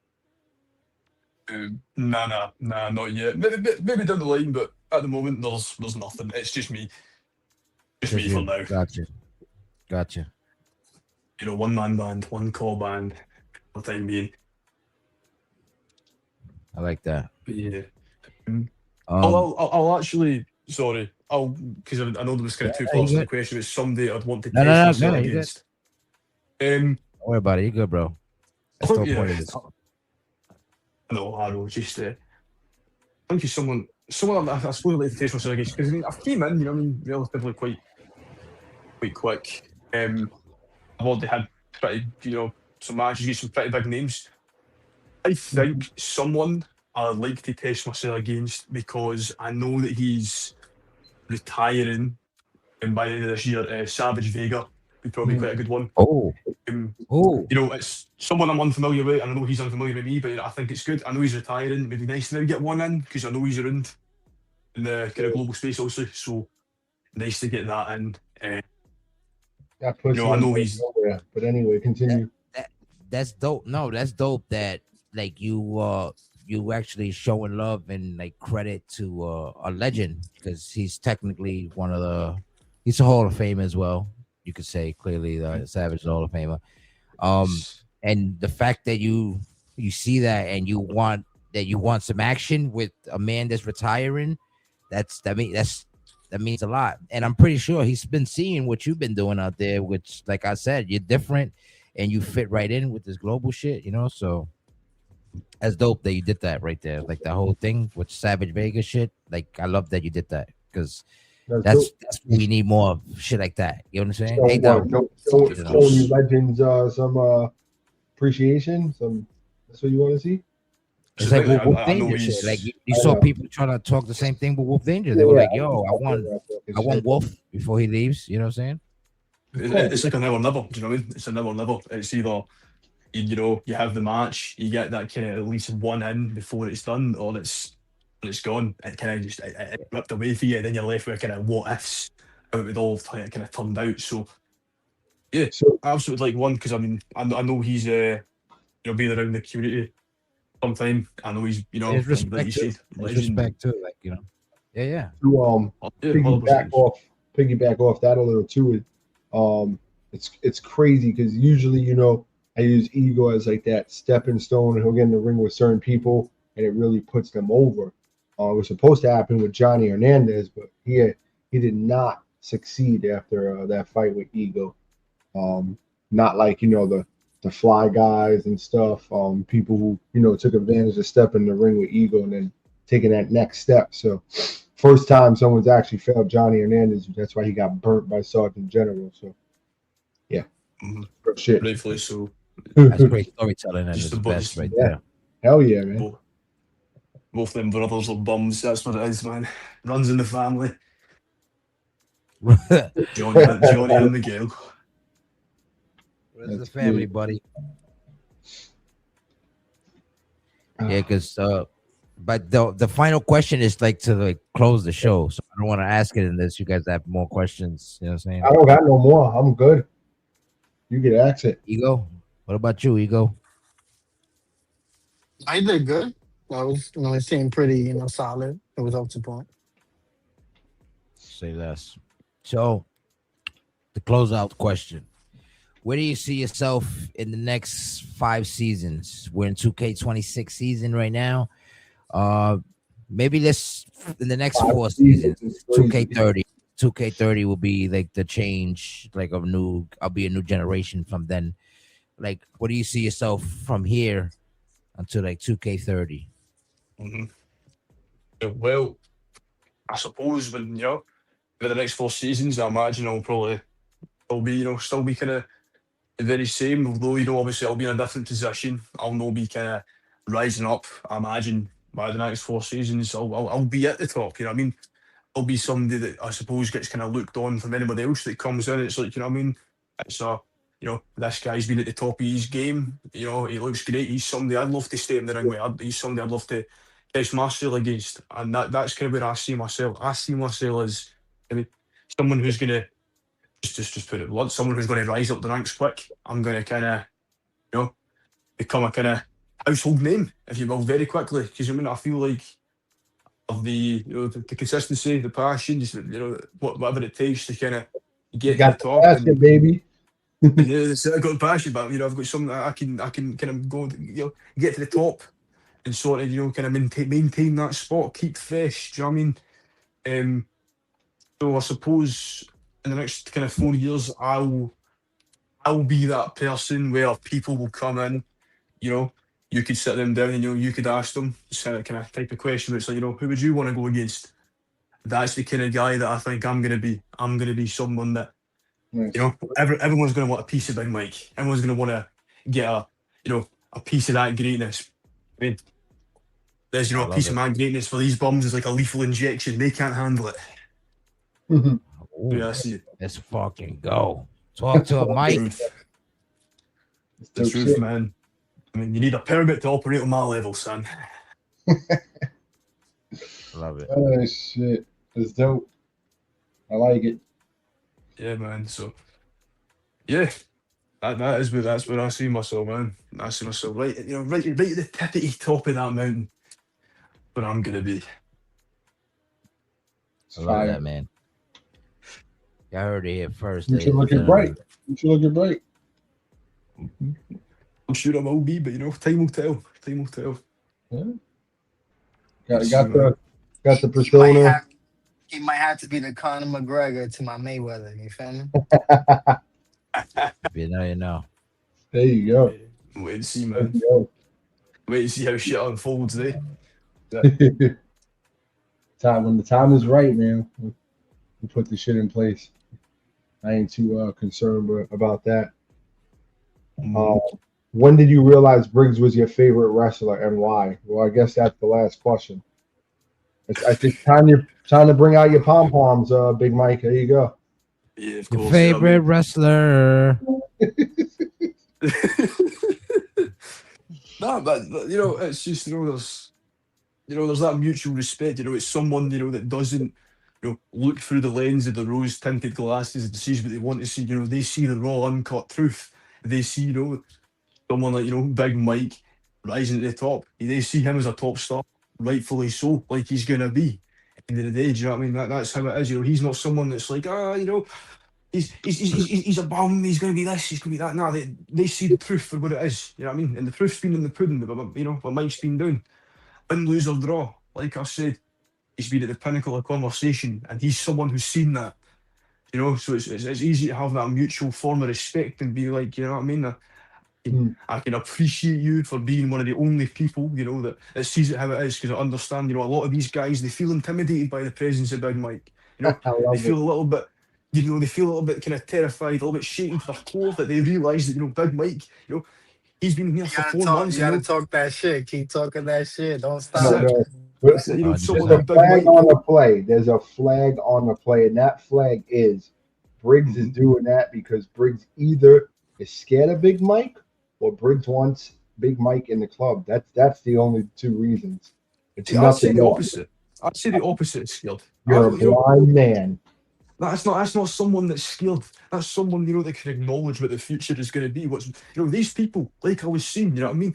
These people get intimidated that Big Mike in about 4 months can do this thing better than they can with 4 years, and that's the truth. You know what I mean? I love it. Let's go. I've put all these motherfuckers to shame. That's the truth. There you That's how go. it be, man. So Got you want to Briggs get hit with title. a so you want to get hit with the come down, or you gonna chill out and come down? It's two ways. Before Big Mike, chill out, ain't that a little? I'm chilling out, man. I just know what you and the Hitman do over there in the club. Ain't that little is crazy. I'm chilling. I'm You chilling. guys I'm beg vibing. everybody to come to the club so you don't have to fight them. You get scared. Listen, I'll tell you the truth, man. Do you know what it is? I want a chain. That's what it is. I want a chain. You know what I mean? Oh, chain, Look for a yeah. chain. Yeah, I'm looking for a big chain. Chico you gotta- doesn't chain snatch no more. You know what I mean? So Yeah, you better be careful because they don't fuck with Psycho, so you gotta be careful. So like Psycho spreads his wings and does whatever he's. We give him the guidance. You know what I mean? We give him the guidance. It's one thing. I'll be like, what Psycho does. He does, and then they'll get on at the hive and they'll go, Mike, what are you doing? Why aren't you defending Psycho? And I'm like, you get on at me for defending Psycho. So what do you want, man? What is it? What we do? You defend Psycho a little bit too much, though. I do see that. I mean, listen, he's behind me. You know what I mean? He needs it. He needs it though, because he don't really got people backing him up, and they coming from all corners at him. So he got to get what he can, man. Could it be because he's a Canadian and you sound like a drunk Canadian? Like Haley Maybe Ramone? so. They get intimidated by the kind of the drunken sense. That's what it is. You know what I mean? It's like being in school and having an older brother. Like, I'm the older brother. I come in and I intimidate these motherfuckers. You know what I mean? They don't want to say nothing to Big Mike. Right. Don't worry, Psycho. I got you, bro. I got you, man. it's fine. Final thing, real talk. Big Mike, the superstar that we're seeing right now, baby face or heel? Definitely leads them more towards heel, 100%. Like an anti-hero kind of thing, like a Stone Cold Steve Austin thing, where I suppose I suppose you can say that. It's a weird. It's a weird comparison. I've never even really watched the show, but I know enough about him. The way I see it is, it's like a Homelander. He's an asshole, but he soaks in the adoration of the people. But if he loses that adoration, he doesn't get that adoration no more. Then he has no issue being that kind of asshole that everyone kind of just everyone kind of fears and resents. I'll take that role, but I prefer to be loved. I prefer to be adored by the people. That's what I want. I want that adoration. I don't need it, but you know what I mean. That's what I prefer. I like that. Simple as That's dope. That's good, Mike. That's the way I perceive Mike. I got a question I was supposed to ask a while ago, but I didn't ask. I'm looking back at the chat. No, I am gonna ask. It's all right. We know y'all want to stay talking to Big Mike. It's all right. Just say that. No. Let's talk to these niggas, man. But how old is he? You guys don't know. You don't know? No. I thought He's you like guys 19. knew. I'm 19. Nice. Okay, that's dope. All right, cool. No, we didn't know. That's dope, man. That's you good. do, man? That's crazy. You know that is crazy because a lot of these older motherfuckers My son is, this and you guys motherfucker's can 19 out here, and he's fucking taking this shit on the chin. Like, hey, let's go, man. Let's go this back and forth shit. Let's talk shit. Let's have fun. That's crazy. It's all for the fun. So like I say, man, it's a hobby, and I can say that just on that subject. That's one thing I do appreciate though, is understand that I'm definitely on the younger side. I mean, for fuck's sake, I think I'm ages with some of your kids, which is crazy. Right? It feels weird to even say that. Do you know what I mean? But it's like, I don't. You don't make me feel that. That's what I mean. You don't make me feel like young, what I mean, like, in that kind of sense. Exactly. I feel like I Yeah, blend in. You got it. My daughter's the same way. But she turned 16 and she's fucking She don't act like she's 16. So you got a good head on your shoulders, man. You know. I He's a appreciate young that. OG. He's a Yeah. young OG. There you And go. realistically, Yes, with sir. the time that he has and already at the level that he's at right now, y'all can potentially be looking at the future. No, I'm not saying right now, but the greatest of all time. Wow. Due to you having time on your side. Yeah. That means a lot coming from the nigga that just said that. Yeah, Nigga, coming from the Yeah. greatest of all time. It's like Ali looking at Yeah. Tyson right now. You know what I'm saying? You But know what I'm nah, I'm just saying? saying I this. appreciate With that. time on your side, bro, you can do a lot of things. Yeah, Keep man, that in mind. that's how I feel, bro. That's how I feel. You'll be looking at a sneak peek. So that's the way I see. We're on early access. That's it. Yeah, there you go. Dope shit, man. Lieutenant Miguel is laughing out here, ladies and gentlemen. Oh, I don't think he's laughing at me. He ain't laughing at me, surely. He ain't laughing at me. If he wants to get swept again, I mean, I'll happily do that, right? If he wants that, you know what I mean? Wants to get fucking swept, I'll do that too. Make him sweat, baby. It's dope. All right, cool. Easy. He said your skills are like Cardi B's BBL. It stinks. Maurice Tyson, I'm Buster Douglas, boy. All right, I'm out of here. That's Wrapping this up. Yeah, we're wrapping it up. Ladies and gentlemen, I would like to thank the legendary future Hall of Famer Calm it EGO the for fuck stopping down. by late. Oh, okay, EGO. Okay, EGO's already Hall of Fame. I would Yeah, I'm like gonna to catch the thank VOD. A-Dot I would like to thank A-Dot also for helping me co-host this shit tonight. Also, Demon X, he pulled up a little earlier, but he left here. Yeah. We had tonight the special guest, the uprising international megastar, the man himself, Mr. Michael Russell. Appreciate you for stopping by, man, talking your shit with us. You know what I mean? Thank you all very much for having me on, man. It was Yeah, great. man. We could do it again, man, too, man. Definitely, man. Definitely. Yeah, bro, I'll happily get back on. Definitely, Easy, you know what I mean? That's what's up. Oh, well, and Just one future day, one bro. final thing before we leave, right? By any chance, do you know SGK? Like you guys are Do not. close to each other or something like that, or no? I want to say he's maybe like half an hour drive probably away from me. He's in Glasgow. I'm I live kind of sort of like in between the two kind of big cities, Edinburgh and Glasgow. So I'm quite close, I'd say, in terms of distance, like travel distance. Have you ever thought about doing a GW rivalry? That might hit. Oh, it That will. might. Ooh. Let's not blow anything out of proportion yet. Shit. Yeah, I mean, could do though. I mean, You could be the future Scotland warrior, the future Scotland king. Who knows? But anyways, like I was saying, ladies and gentlemen, this was another episode of This and That podcast. Tonight's guest, Michael Russell, representing the Hive, the uprising international superstar. Like I said, man, you know what I'm saying? Make sure y'all look out for him. He's like I said, up and rising. And we expect to see a lot more from you in GW and global production itself too. So shout out to you. Shout out to everybody who tuned in. Yeah, man. Appreciate you for popping by. And everybody who tuned in the chat, everybody who showed support for tonight's show. I appreciate y'all. Before we dip, let me see them fuck cancer hashtags, and I'm gonna see who we're gonna raid. I'm thinking we're gonna raid Jessica Havoc. So, we could raid Chiba. Chiba's live. We're gonna raid Chiba. Do it. Be ready, Miss Chiba. I'm going to drop in the Discord the shit for you to get your next person up here on the hot seat. I think John Wiggy wants to come back up and sit. Let's go. Let's do that. Yeah, next week with these one-on-one. Line these motherfuckers up. We've got a lot of new people we just signed too, so get those motherfuckers up here too, man. Big facts. There you go. Let's go.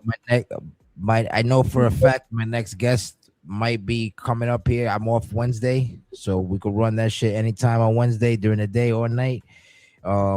Wednesday's no good for me. I won't be here, but I'll listen in. Yeah. Well, we're looking for SGK if that's the case. Yeah, okay. Wednesday, and I heard Savage is off Tuesdays and Wednesdays or some shit like that, right? Yep, that's his days off. Tuesday, Wednesday. Yep. So there you go. We could even get Savage up in here. Like I said, ladies and gentlemen, thank you all for tuning in, man. This is another episode of that This and That podcast where we speak about it, so y'all haters don't have to whisper about it. And we out this bitch, you heard? You heard? Peace.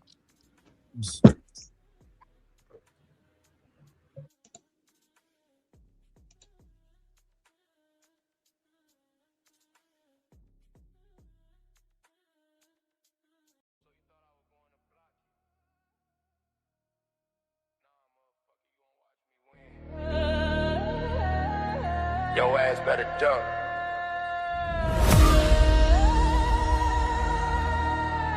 Stay strapped, ENT, motherfucker. You know what's up with me. Hey yo, let's get it straight. Let's talk about the proof. Fuck TRV, motherfucker, you stole that shit from Soup. You acting like a king, but you a jester in the court. I'm the motherfucking truth, and your legacy is short. You say you real, man, you a bitch, and you knew that though. I'm with real killers ready to ride and kick in your dough. Let's be honest, you ain't shit, you just a shadow in the room. Keep my name out your mouth before I turn this to your doom. Don't play with me, don't play with your bitch. I'm the truth in the flesh, make up like a switch, don't play with your bitch, I'm the truth in the flesh. Make up like a switch, don't play with your bitch, I'm the truth in the flesh. Make up like a switch, don't play with your bitch, I'm the truth in the flesh. Flip like a switch, don't. The ducking and the cowardice, this bitch ass motherfucker love to speak upon my name. But when it's time for action, you just hide inside the frame. Mills, you was straight out, we seen the way you perform. You was scared to press Marcus Watch, you was ducking storm. I'm the truth, I'm the light, got my mind on your mind. Why you chasing after clout? I'm the one you gonna find. Do your bitch even know the type of snake that she with? Better find something safe to do, cause you ain't built for this hit. Don't play with me, don't play with your bitch. I'm the truth in the flesh, make a flip like a switch. Don't play with your bitch, I'm the truth in the flesh, make a flip like a switch. Don't play with your bitch, I'm the truth in the flesh, make a flip like a switch. Don't play with your bitch, I'm the truth in the flesh, make a flip like a switch. You my son, little man, don't you ever forget.